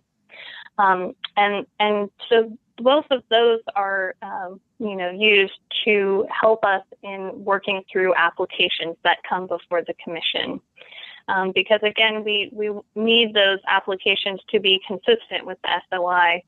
And if we don't have a current MSR, then our SOI plan may not be the most helpful or reliable information to base those decisions on. So things can kind of start stacking up when we don't have these current studies. As I pointed out early on, we do revisit this process periodically or as needed. And again, that is part of what we are working on in the SOI policy changes to really define that better at a local level here. So both, agencies and individual landowners know what to expect as far as the timeframes for delivery for these studies and the implications for services in the future. I'd like to interrupt for a moment. I would just like to point out to, especially to the county supervisors, is that the MSRs are available on our website, and you get many constituent questions about some of these agencies. And it's a good idea to direct the public to the MSR studies to give them background information. Even consultants seem not to be aware that an MSR is out there that can help them gather information about given agencies within Mendocino County. So I just want to put the plug in that as LAFCO commissioners, you should be very aware that these MSRs are available to the general public and to consultants to refer back to. And I just wanted to put a plug in for the work of LAFCO. Thank you. And to add to that, Tony, as well, we've heard numerous times from CALAFCO, and we do have a description of what CALAFCO is in a moment. But the state legislators, one of the first places they go when they're researching an issue that's brought up by a special district or has to do with local services, one of the first places they go is the Municipal Service Review on the local LAFCO's website. So that comes up over and over again. So it underscores the importance of these documents, in not just the local level, but the state level as well. Thank you, Uma. And yeah, that's a very good point, both Chair Orth and Uma, and also we have heard feedback from the individual agencies. Feedback that the MSR is helpful for them, especially from a lot of the smaller districts that, really don't have the capacity or, the ability to prepare some of these, analysis of local history and planning implications and population projections. We have heard that it is really helpful in compiling this information and making it user friendly. So that's some of the feedback we've heard in the past as well. Okay, next slide, please.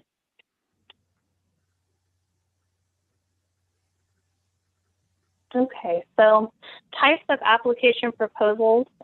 So we look at both the formation and the dissolution or disincorporation, which basically means the termination of both city and special districts. We look at boundary changes, including annexations or adding area to an agency, detachments or removing area from an agency.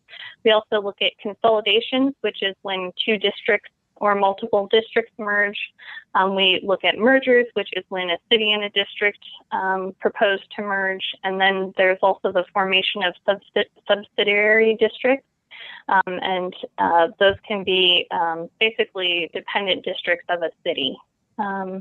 We also look at service extensions outside a city or district boundary. We look at activation of latent powers or divesting powers, which is adding or removing services from an agency. And we also review fire contracts, specifically for our agency.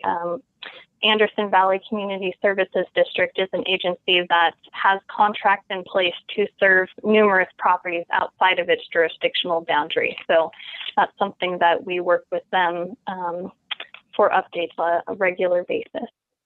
Are there any questions on this slide? Yes, I have a question. I'll come to you in a moment.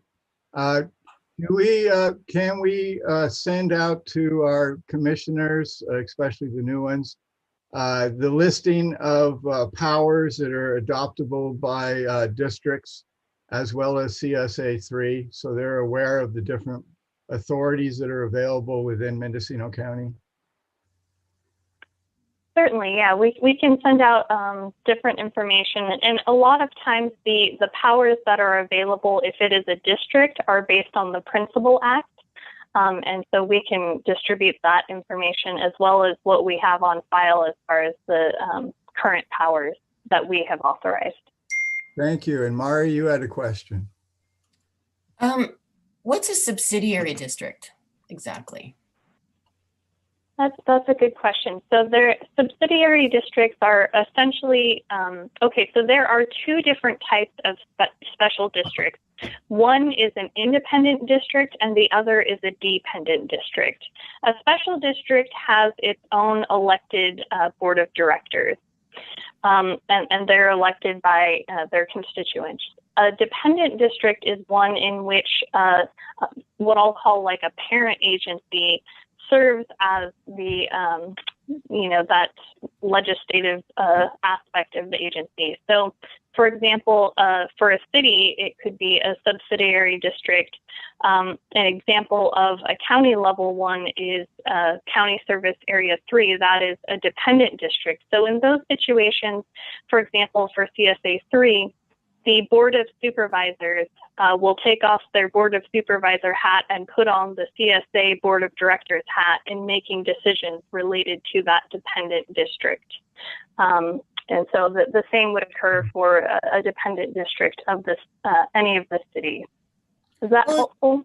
Well, I would add municipal service district, which is where a city council acts as the district board or the district managers for a municipal service district, such as in Fort Bragg. Go ahead, Mari, you, and then Matt. Well, we used to have that in the Ukiah Valley, I think, the Ukiah Valley Sanitation District. I suppose it was a subsidiary district of the county. No. Oh. I believe it was a dependent district of the county itself, and then I believe it changed, I'm not certain the year, but it changed to an independent district. So now their board of directors are elected at large by their constituents, is my understanding. Okay, so I get the difference between independent and dependent. What's the subsidiary then? If I can explain it, Larkin. A subsidiary district is typically the situations where the city provides sewer within the city, but there's a large developed area outside the city that needs sewer as well. And the city really doesn't want to annex that area and just make it part of the city. So instead, what they do is they take their sewer service and create a separate district under the authority of the city council. And that district, because it's different from the city itself, can have its own sphere and its own boundaries. And so it can annex that area outside the city and provide sewer service through the city without that property being a part of the city itself. And why would you do that instead of what we were talking about earlier when you have an extension of services that's granted by LAFCO? So in your example, the city could just extend its expand or extend services outside of its boundary. Well, first, you can't extend services outside your sphere. That's an absolute prohibition. And there are a lot of cases, many of them political, where let's say it would be Brookfield community does not want to become part of the city of Willits, and it's not part of the city sphere. So the city can't just necessarily extend services by contract. That would be a good situation to create a subsidiary district controlled by the city council that provides sewer service to Brookfield. So it's not used very commonly, but there are situations where it's the appropriate way to structure the provision of services for areas outside a city that do not want to be part of the city. Matt? Matt and then Glenn and then Mari. Yeah, so maybe to clarify, Mari, you might, the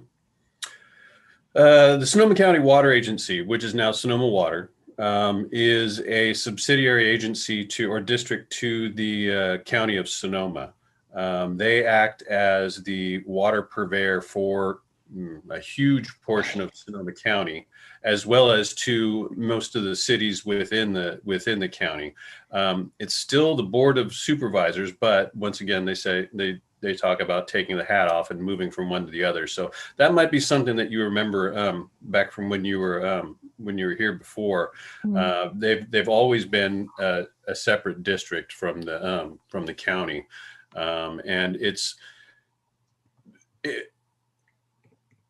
and I think part of the reasoning being is because of how huge it would be if the county was to take that over.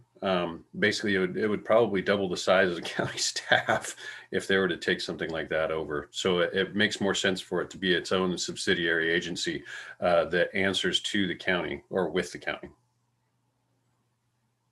Glenn. My question is about Mendocino County Air Quality District. Where does that fit in to these different kinds of districts? That's a really good question. My understanding is that we do not regulate the air quality district. I don't believe they're under LAFCO jurisdiction. Uma, is Uma still on the call? I am. That's correct. They are not subject to LAFCO jurisdiction. Okay. So they would be in a similar category as like school districts who are not under LAFCO jurisdiction. Got it. So they must be it must be a state law that requires us to have one, and LAFCO doesn't have anything to do with it. Right, and I would imagine it's similar to like a transportation commission from that standpoint, which we also do not regulate. And another point to make about subsidiary districts is my understanding is that 80% of the boundary or the area of a subsidiary district must coincide with the original agency's boundary.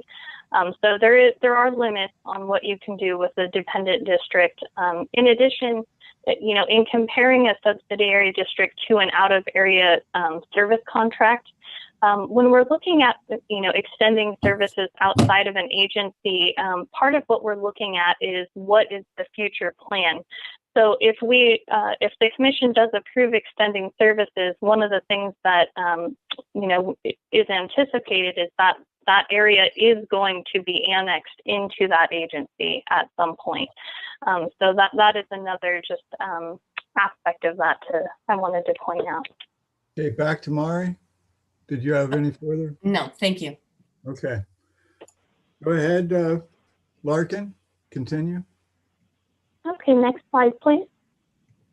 I had one thing to add, and that was that our MSRs do a very clear enumeration of the powers associated with each agency. So in each MSR, there is a section called Agency Profile, and one of the things that's one of the important key pieces of information in an MSR is an enumeration of the services that have been activated for that agency.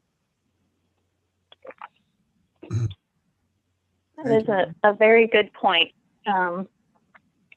The only example I can think of an activation of latent powers in our time was with the Anderson Valley Community Services District when they added ambulance service as a power.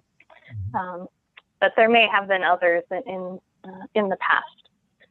Okay, so what we're looking at here is the simplified LAFCO process. This is, obviously distilled down, and it is a very complicated process, but we just wanted to kind of point out the main steps in the process. So first, we look at whether there's an adequate initiation by resolution of application or petition.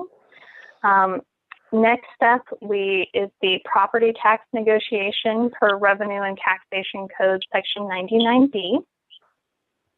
From there, it's LAFCO staff analysis of the proposal and considering feedback that we get from other agencies. Next is a notified public hearing for commission consideration of the proposal.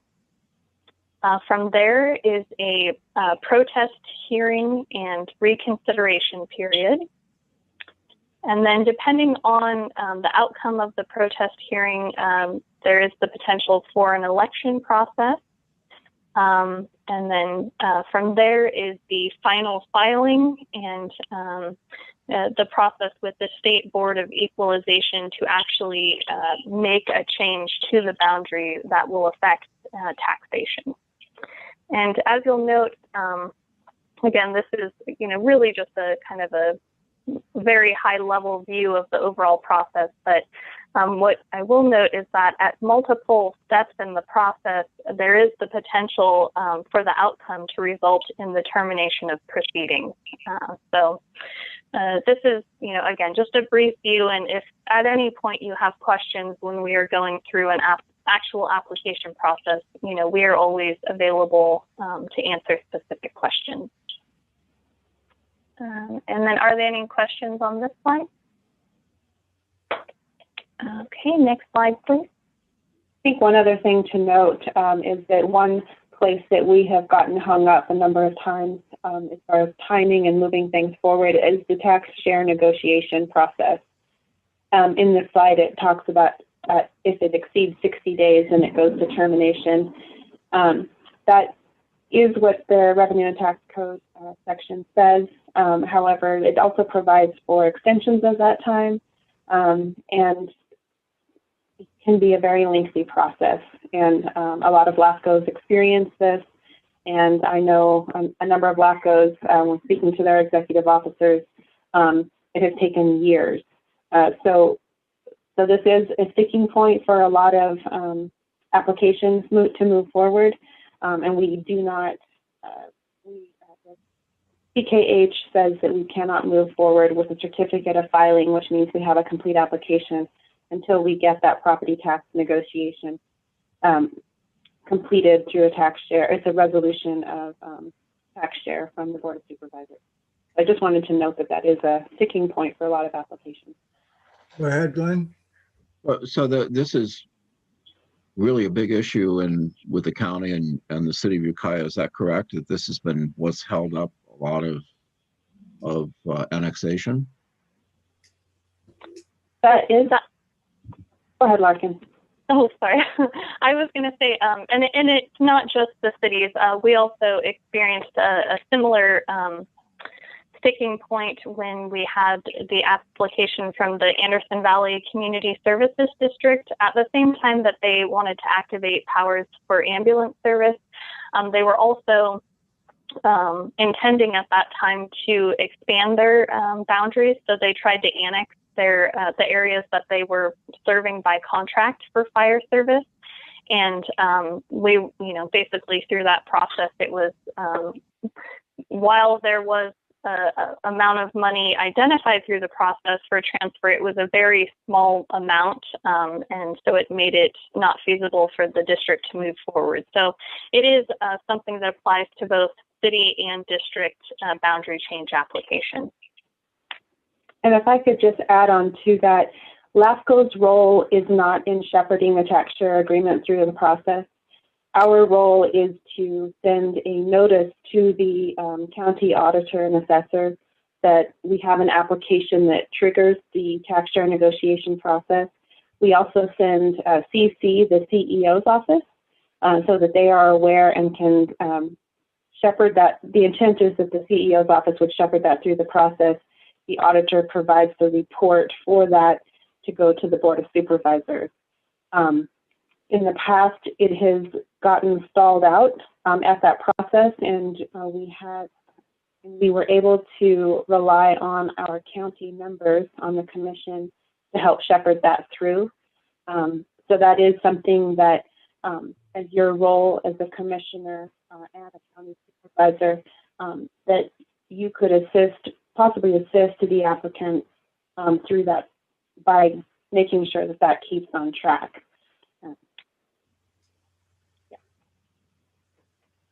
This is LAFCO Commission asking the supervisory members to at times remind them that the tax share agreement process is a very necessary one. Mari?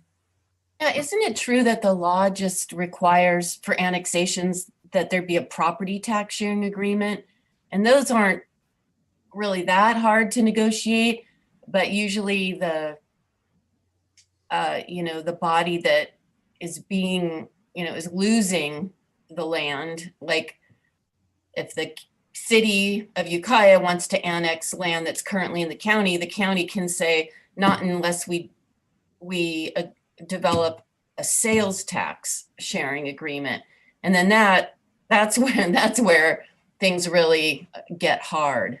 Isn't that true? I mean, the sales tax agreement sharing isn't in the law, just property tax, right? That is correct. Basically, Revenue Code 99 gives the county absolute veto authority.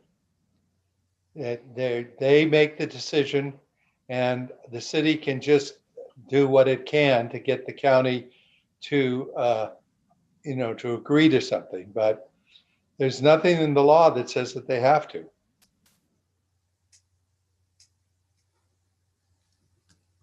Okay, staff, let's move on then. Okay. So the last slide for my part is about the LAFCO Balancing Act. So commission decisions are a balancing act between statutory obligations and complex objectives and local conditions and competing agency interests. And so on the right-hand side of this slide, you'll see some of the state aspects, the CKH, again, which is our LAFCO law, CEQA, the environmental laws, the Revenue and Taxation Code related to the tax exchange, and then principal acts. So those are, in addition to the CKH, which guides our application process.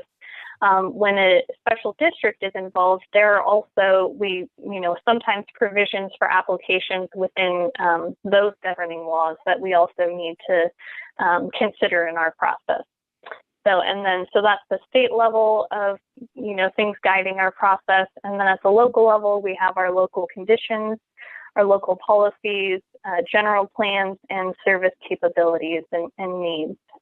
So it is truly a very important balancing act, and we talk a lot about putting on different hats, and it is a very critical role just to understand the importance of the difficult decisions that come before the commission. And again, staff is always here to answer specific questions and provide any more information that you need prior to making such decisions. So thank you. One thing that I would add that is that Cortese Knox Hertzberg statutorily requires the executive officer to make a recommendation to you. Some commissions don't want their EO to make recommendations. They want them to only present them with choices. But it's important for you to understand that part of UMA's role is to make a recommendation of a specific action to you. So don't get angry at her when she does that. That's part of her role. Thank you, Scott. I haven't seen anger at the commission level in decades, so hopefully we'll get that off the table. I have seen EOs absolutely excoriated by commissioners for bringing recommendations that commissioner didn't like. All right. So it happens. I'm sure it does. Uma, you want to move on? I believe Larkin is finished. Is that correct, Larkin? That is. Thank you, Chair Orr. So now we're going to turn it over to Scott, who's going to give us a rundown on the legal role. Okay. LAFCO is kind of an very unusual agency. Our powers are very limited to only certain kinds of decision making, but within those areas where we have power, we have extremely broad discretionary authority. You make decisions over boundary decisions and other governmental organization issues. And the legislature and the courts have said, in doing so, LAFCOs are not acting like judges, they're acting as legislators. And when you act as a legislature, you're given more leeway in making decisions, and a court will not overturn that decision unless it is clearly arbitrary and capricious. Next slide. The laws that apply to you, and this has already been briefly discussed, are first and foremost CKH. We will constantly be referring to that law because that's what we follow. But we're also subject to a lot of laws that apply to other government agencies. You're subject to the Brown Act and the Public Records Act. So certainly the way in which you conduct meetings is largely governed by the Brown Act, not by CKH. You're also governed by CEQA. LAFCO projects, the courts have clearly determined, are projects that can have a potential for impact on the environment and therefore have to have environmental review. You will hear developers say, all we're doing is moving a line on a map. How can that create an environmental impact? And the response is that moving that line can be critical to whether Farmer Brown's pasture becomes a new subdivision or stays to raise cattle. You're also subject to the Revenue and Taxation Code and the tax sharing that we just discussed, which is a major sort of process that can greatly delay LAFCO action. You're also subject to the Political Reform Act and other conflict of interest laws. In fact, we have our own special conflict of interest that if you receive more than $500 in contributions in any 12-month period from someone who has an application in front of you, you have to disqualify yourself. Then you're subject to various other acts that govern how you do certain processes. And the principal acts of an agency itself can sometimes have an effect on the way in which you do things. So it's not a simple process, but you have knowledgeable staff that will guide you in dealing with this complex series of laws. Next slide.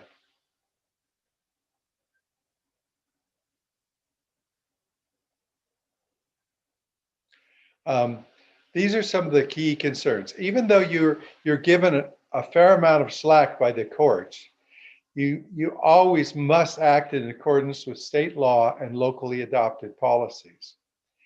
And that's why your policies are so important. Frequently, you can adopt a policy that gives you more power than is clearly set forth in the state law. And I think courts in most cases will allow you to, they'll uphold that decision, particularly if the state law isn't clear. This is where you have the authority to clarify the details that Cortese Knox does not. You also have to comply with CEQA as a lead agency or responsible agency. The single greatest cause of lawsuits against a government agency is over the California Environmental Quality Act. So that is an area where we have to be scrupulously careful and comply with the law. Then you must adopt determinations to support your decision, and those determinations have to be supported by substantial evidence.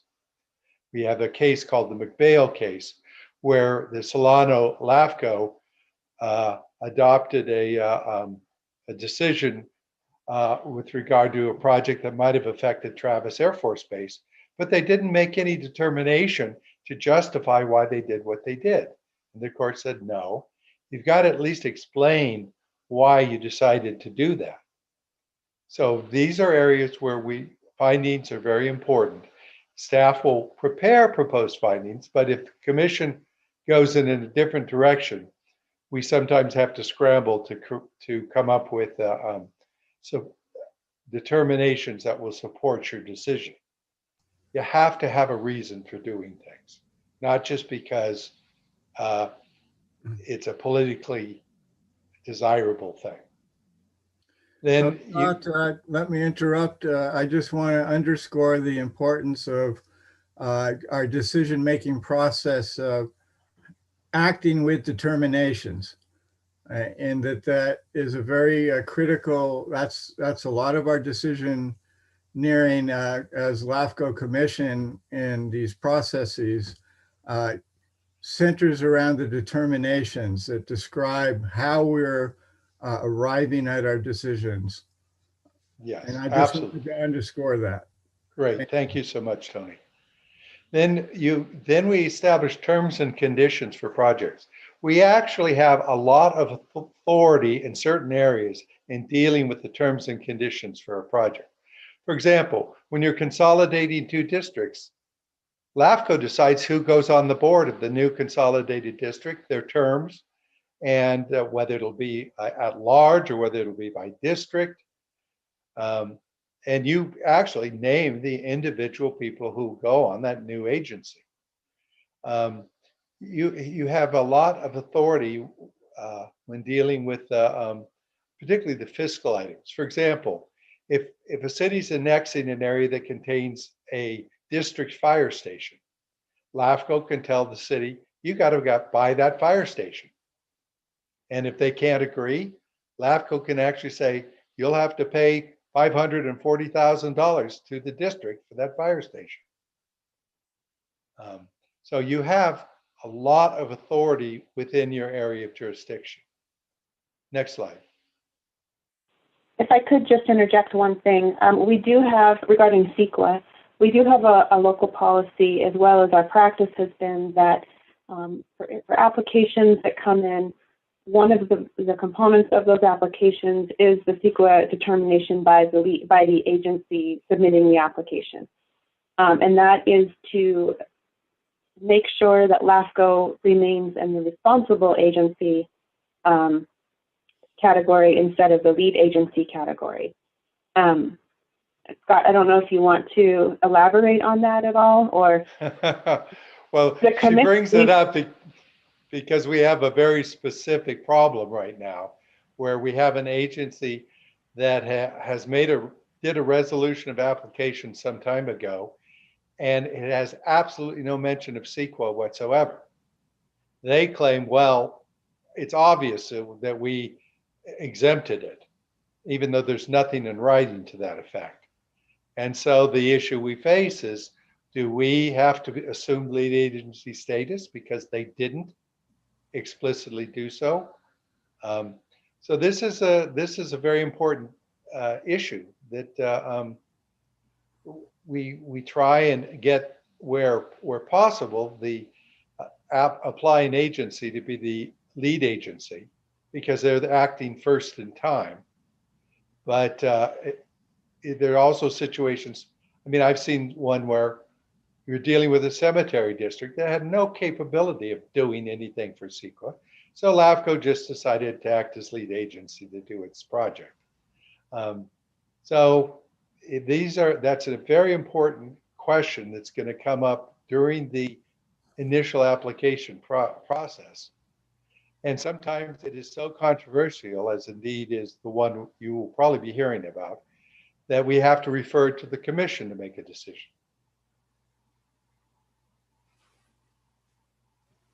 If I may.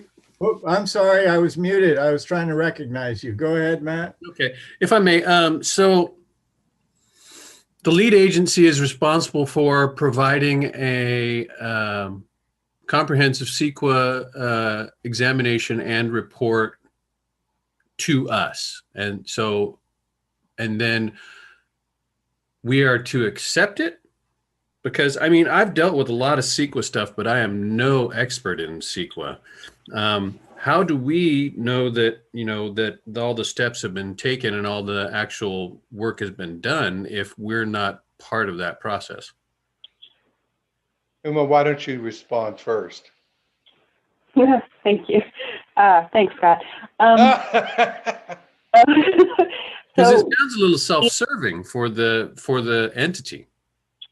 When we receive a resolution of application for an application, they take action in that resolution and record the action on CEQA. So they make a determination that's usually included as part of their resolution of application that comes to LAFCO. They provide that document plus the CEQA document for our use for in the application processing. We bring that to the commission, and the commission also has to make a CEQA determination. And it is staff's responsibility, and we would rely and lean on our legal counsel to make sure that the CEQA document addresses what the commission needs to consider, and would make that recommendation to the commission. And then the commission would have to ultimately make a decision in adopting that CEQA document as well.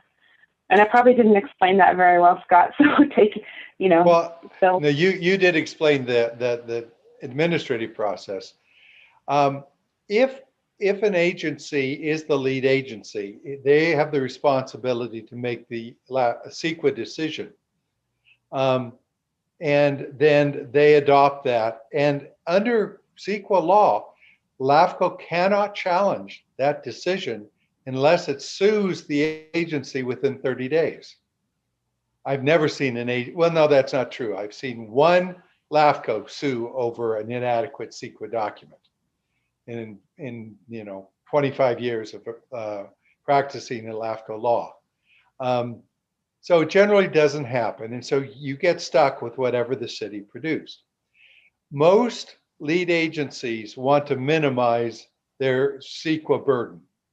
And if there's most cases we get where there is, if they're doing a regular development project, then they're going to do a serious CEQA review with that development project. But in many cases, there's no significant development project immediately involved in the application, in which case cities and districts don't want to go the trouble of doing an elaborate CEQA review all on their own dime. And so typically what they will do is try and adopt some exemption or just claim under the general rule exemption that there's no possibility this can have any impact on the environment. So basically claiming a neg deck. No, not even a neg deck. These are exemptions. A neg deck would be a great thing, but we'd seldom get them. Right. So it still sounds to me like it's awfully, it's in their best interest to downplay any actual CEQA issue. I can tell you 3 different places within a mile of where I live where there are native species that are protected. And if any sort of development was to happen in those areas, I would know that, a CEQA document would have to deal with that. But that's one of the few things that I know.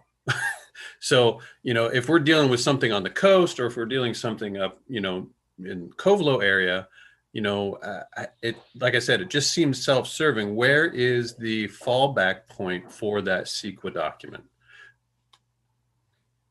Well, the fallback point, if they are the lead agency, the fallback point is concerned citizens filing a lawsuit to challenge it within 30 days.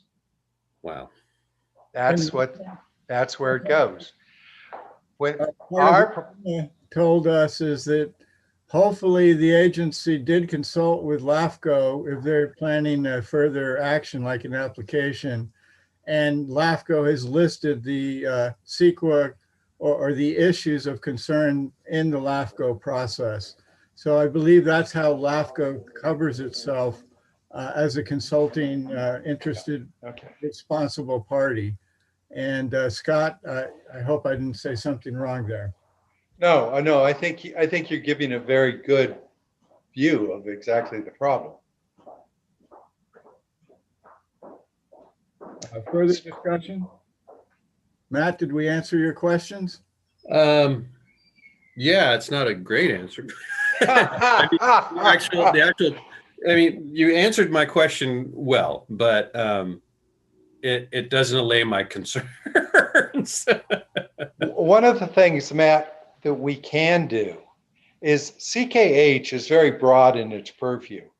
So even if we can't ask for more information from a CEQA point of view when it gets to us, we can demand that information from a LAFCO point of view. For example, if we think that the city totally ignored the fact that there was a wild and endangered species nearby, we can ask for more information on that under our own authority. So the developer or the city gets very irate when you do that. They don't think we should, but we certainly have that authority to require it outside the CEQA process. Okay. All right. Thank you. Okay, I'll now talk about how you can be challenged. I mean, LAFCO decisions are final. The only way your decision can be overturned is if someone files a suit against LAFCO to challenge it. So, and because our decisions are quasi-legislative, there's a lower standard that the courts apply.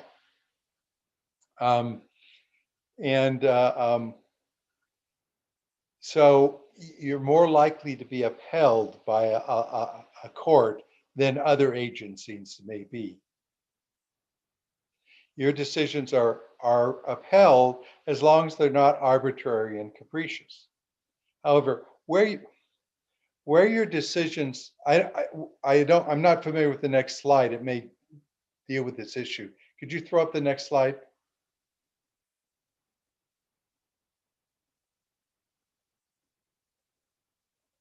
Okay. Well, this doesn't exactly deal with it, but basically, LAFCO can be successfully sued if it fails to follow the statute or if it fails to follow its own policies, and if it fails to make adequate determinations. In other words, the court's not going to challenge the ultimate wisdom of your decision. They're going to challenge the way in which the decision was made. And in particular, one of the areas where you're most vulnerable is if you make a decision that is contrary to your own policies.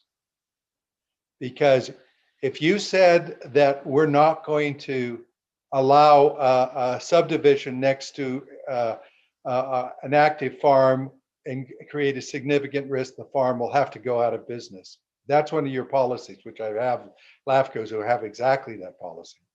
And then you do nothing to protect the farm in approving the annexation. That is the kind of decision that would be challengeable by someone opposed because you didn't follow your own policies and you didn't explain why you decided to do something contrary to your policies. And understand that Mendocino LAFCO has a pretty good set of policies and they're fairly detailed. And staff will provide you with those policies in the staff report and make recommendations consistent with those policies. But commissions don't always want to follow the recommendation of staff. And then we have to deal with the fact that there are limits to what you can do. Sometimes if you want to do something different, we're going to have to tell you, then you're going to have to go back and change your policy. Because you can't do this contrary to your policy. If you want, you can certainly change your policy and do it, but you have to change the policy first. So it's these are the areas that you can be sued. You won't be sued very often, hopefully. Though I must say that you face a number of proposals that are in the offing, all of which have fairly high litigation risk. And so, you know, it is our job as staff to do everything possible to make sure the decision you make is legal and defensible. But you do have to listen to us on certain things, I hope. And that we have a strong administrative record and process. Yes.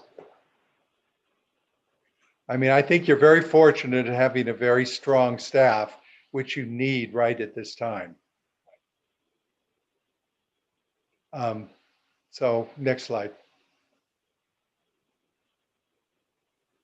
I mean, these are myths, some of which are already talked about. You know, the magic wand idea. So many citizens will call up UMA and say, well, why don't you just include this land in the boundary, you know, as if she can just go ahead and do that, or you're just the one that, unfortunately, and this comes from the history, that most small LAFCOs in Northern California counties for basically rubber stamps until the year 2000.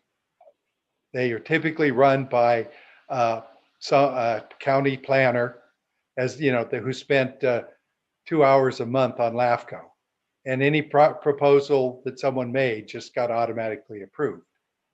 So a lot of people still have that idea that LAFCO is just a rubber stamp or it's just an arm of the county, and that's something that when they have come forward, they're quite taken aback that LAFCO actually has its own staff and makes its own decisions. I've seen particularly bigger cities say, how dare you, LAFCO? We're the city. It's our decision, not yours. Well, again, because they think that LAFCO is just supposed to be a rubber stamp. This idea that we're only there to dissolve agencies. Well, that's not true either. Special districts in particular for a while viewed LAFCO as the enemy because we have the authority to dissolve them. Well, I've seen very few dissolutions, and usually it's for extremely good reasons. And LAFCO's role is reactive and not proactive. This is actually a good issue. I mean, by the necessary structure of our agency, we can only react to a proposal that's made to us. We have a very, very limited authority to initiate dissolutions and detachments. That was given us to the legislature, but they hamstrung us at the same time by lowering the protest requirement so that almost anybody could protest a LAFCO decision initiated by LAFCO, because the protest was only 10%, and that would throw it to an election, and then it may or may not pass. So it really discouraged LAFCO from ever initiating proposals as badly as they may be needed. And the last one is, so common. Most agencies forget about LAFCO. And so often the CEQA review won't even mention the fact, oh yeah, we have an annexation. They will have forgotten about it. If the CEQA document does not explicitly consider the fact that a decision has to be made by LAFCO, it really isn't a valid environmental document for that decision. And the agencies, instead of consulting LAFCO early in the process to find out what our concerns are, basically go through the process, and then at the last minute, as they're preparing the resolution of application and have already approved the project, already adopted all the conditions, that's when they consult us. And then we say, well, gee, you're creating an island here. We can't do that. And they say, so what? It's just an island. Cities don't care about islands, but LAFCO does. That's one of your critical roles, is to create logical boundaries that don't create islands of unincorporated land surrounded by a city. So these are problems that your staff are constantly dealing with the agencies and private individuals who have actions that may need LAFCO approval. Any questions?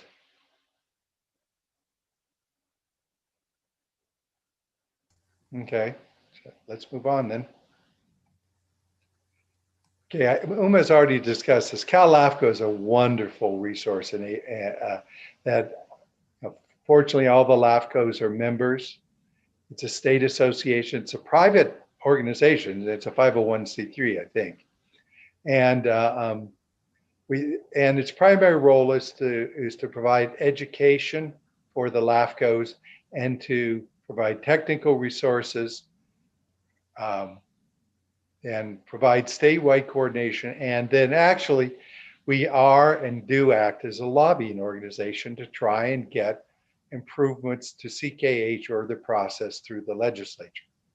and enormous amount of work. I've been on the Ledge Committee for 15 years, and we meet probably 10 times a year, typically 3-hour meetings. And in the meantime, we're contacting legislators and various interest groups to try and assist in getting legislation through that'll improve the operation of LAFCO. So CalAFCO is a wonderful source of information. And I particularly encourage you to, when possible, attend the conferences and attend CalAFCO University. It is so educational and helpful for you to see what other commissioners are doing in their county. There is no need to reinvent the wheel in your own county when it's been dealt with elsewhere. Any questions? Oh, go ahead. Also, one of the wonderful perks of CalAFCO is they provide a listserv for staff. So there is, for example, for executive officers, there is a statewide EO listserv. So we can email all of the executive officers in the state and ask questions, get feedback on how they do things, if they can share their policies. It's a wonderful resource for us, and it's almost like having your own technical board on your in your back pocket. There was one other thought I had about the CalAFCO. We are members, so they do have a lot of resources on their website that you can log into, and if you would like to get the login for that, then we can work with CalAFCO staff to get that to you. Uma, and then also, Uma, my question to you is, have you put in the budget a line item for staff trainings this year? Our policies allow for reimbursement for the executive officer to attend the conference. The reimbursement is specific to the registration costs for the conference. In the past, the commission has not been supportive of providing financial resources for contract staff to attend the conference. That is fairly unusual in the LAFCO world. I will say that other LAFCOs do support contract staff in attending, but to date, the Mendocino LAFCO has not been, have not taken that on. However, the commissioners do have budget to attend the conference and the, well, not the staff workshop, just the conference.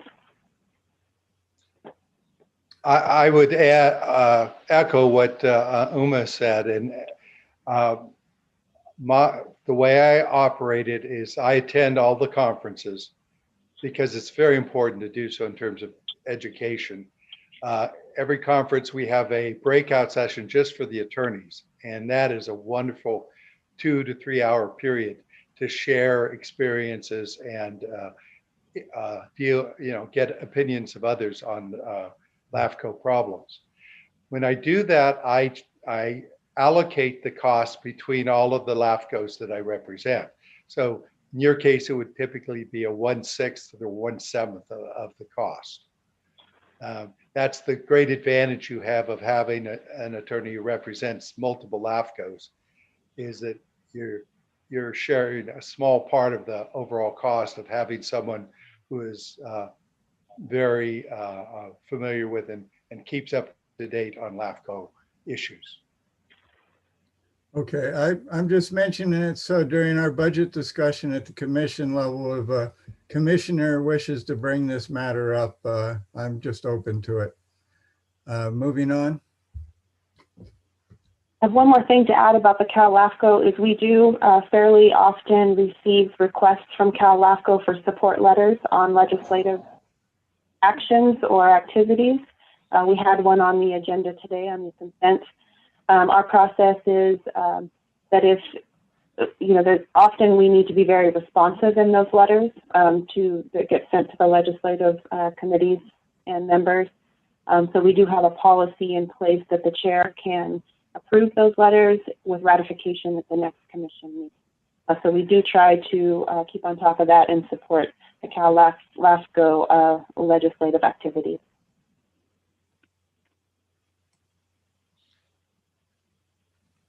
And it looks like that is the end of the presentation.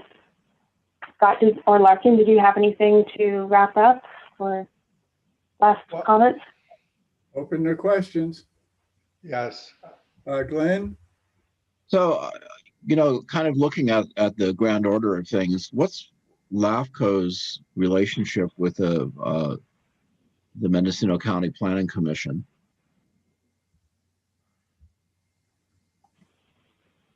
We don't interact with the Planning Commission. I do try to check in with the CEO, with Carmel, every now and then, just to update her on applications that we see coming down, so that she's aware that those are coming, and in particular for the tax share negotiation process. I also try to update her. For example, at my last call with her, I talked with her about the upcoming SEER updates for the city of Ukiah and the sanitation district in particular, because I knew that those were issues that the county would be very interested in. But we don't do interaction with the Planning Commission or typically with the county supervisors unless there is an application that they will be reviewing and we have a chance to comment on those. Mm-hmm. I'm just trying to understand the whole ecosystem of planning and development, and how, I assume that the incorporated cities of Mendocino County and the county itself have similar concerns, and I just wondered how much communication goes on between all of you. LAFCO's, it would be very beneficial for our LAFCO staff to be involved in, for example, general plan update processes. And there are, in some counties, they do, general plan, especially city general plans, include an annexation plan or as part of their process, in which case it's really helpful to have LAFCO staff be involved in that. Our budget has been, again, very slim, so it doesn't allow for much extra activity, such as participating in general plan update meetings. We have tried to do that as budget allows, and we have participated in some of the community workshops for the city of Ukiah general plan update. But the day-to-day application processing and planning activities between the agencies, our role has really been to respond as a responsible agency to the applications themselves. And if I may also ask on this too, how would you say that the LAFCO's time is split between annexation projects and sort of oversight of existing organizations that that special districts and such?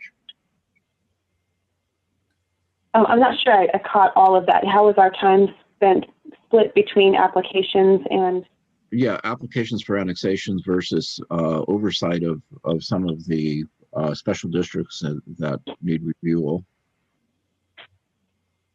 Well, we typically, we have our work plan that's where we do our municipal service reviews, and we include outreach to the agencies as part of that process. Part of that municipal service review and sphere of influence update is working with district staff, and through that process, strengthening our relationships with the special districts. And then, so that is kind of the time that we allocate to that outreach effort in coordination with the special districts. The basic services budget, we get a lot of inquiries during the week from various folks. Scott kind of touched on that, whether it's a city or a special district or a member of the public. We get calls that require quite a bit of research often to respond to those. And then we spend a lot of time on applications which are reimbursed at cost from the applicant. Did that get to your question? Yeah. So I'm just kind of thinking in my mind, what are kind of the different,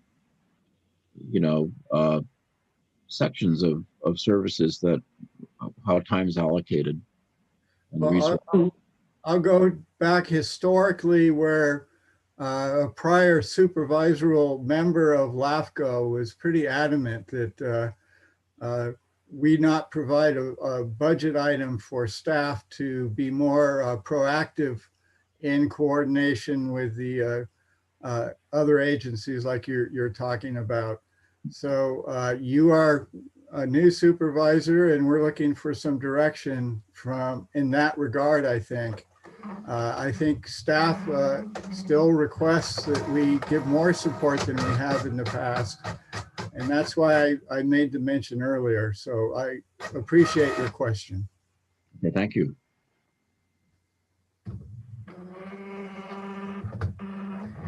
Is this wrap up time?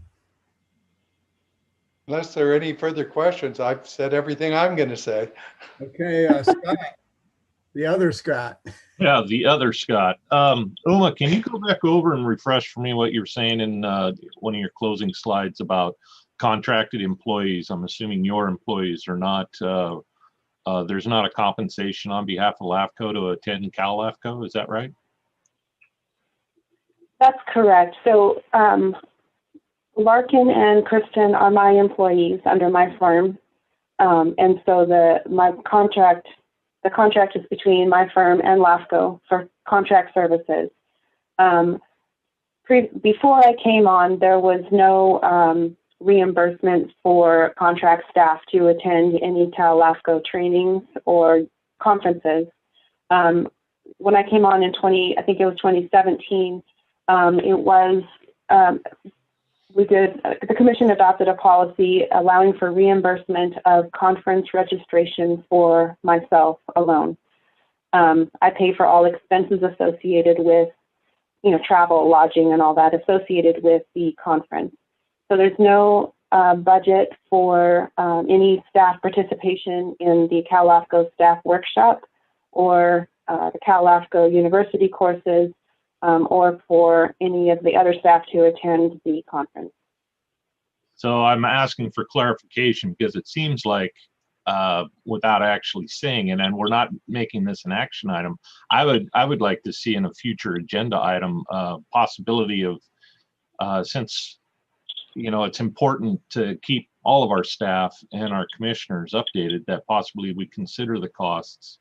And I would hope my other commissioners would see the benefit of having Analyst Filer and Clerk Meadows up to date, educated, and available to commissioners with the latest information, that it would actually be cost beneficial coming forward.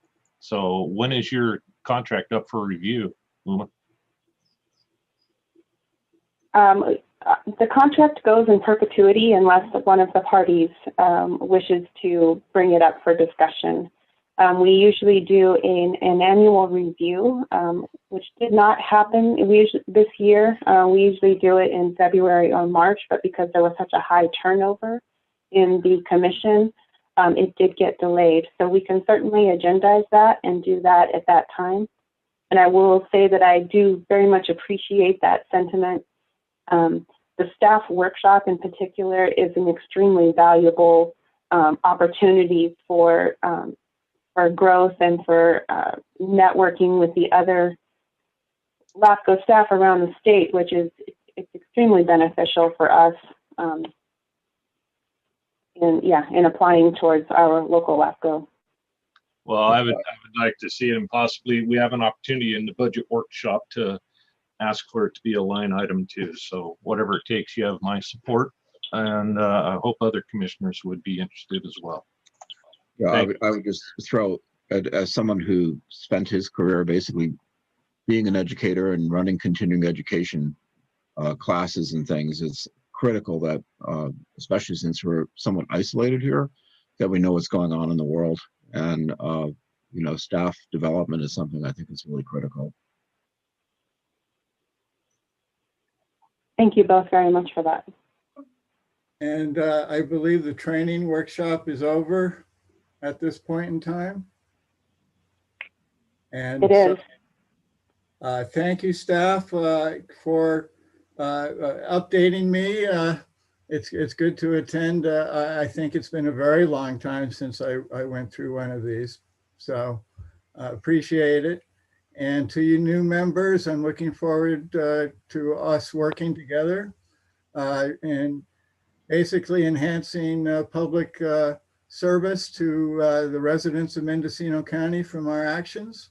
And I think we have a role to play here. And I thank you very much for your joining the LAFCO family. Thank you. Thank you all very much. And so in motion to adjourn, I will act upon. You are muted, Scott, but I'll take that as a motion to adjourn. I'll second that. I'll unmute and there you go. Thank you all. All right. Thank you. And Thank you. Emma, you can close the meeting now. Wonderful. You all have a great week. You too. Yeah. Bye-bye.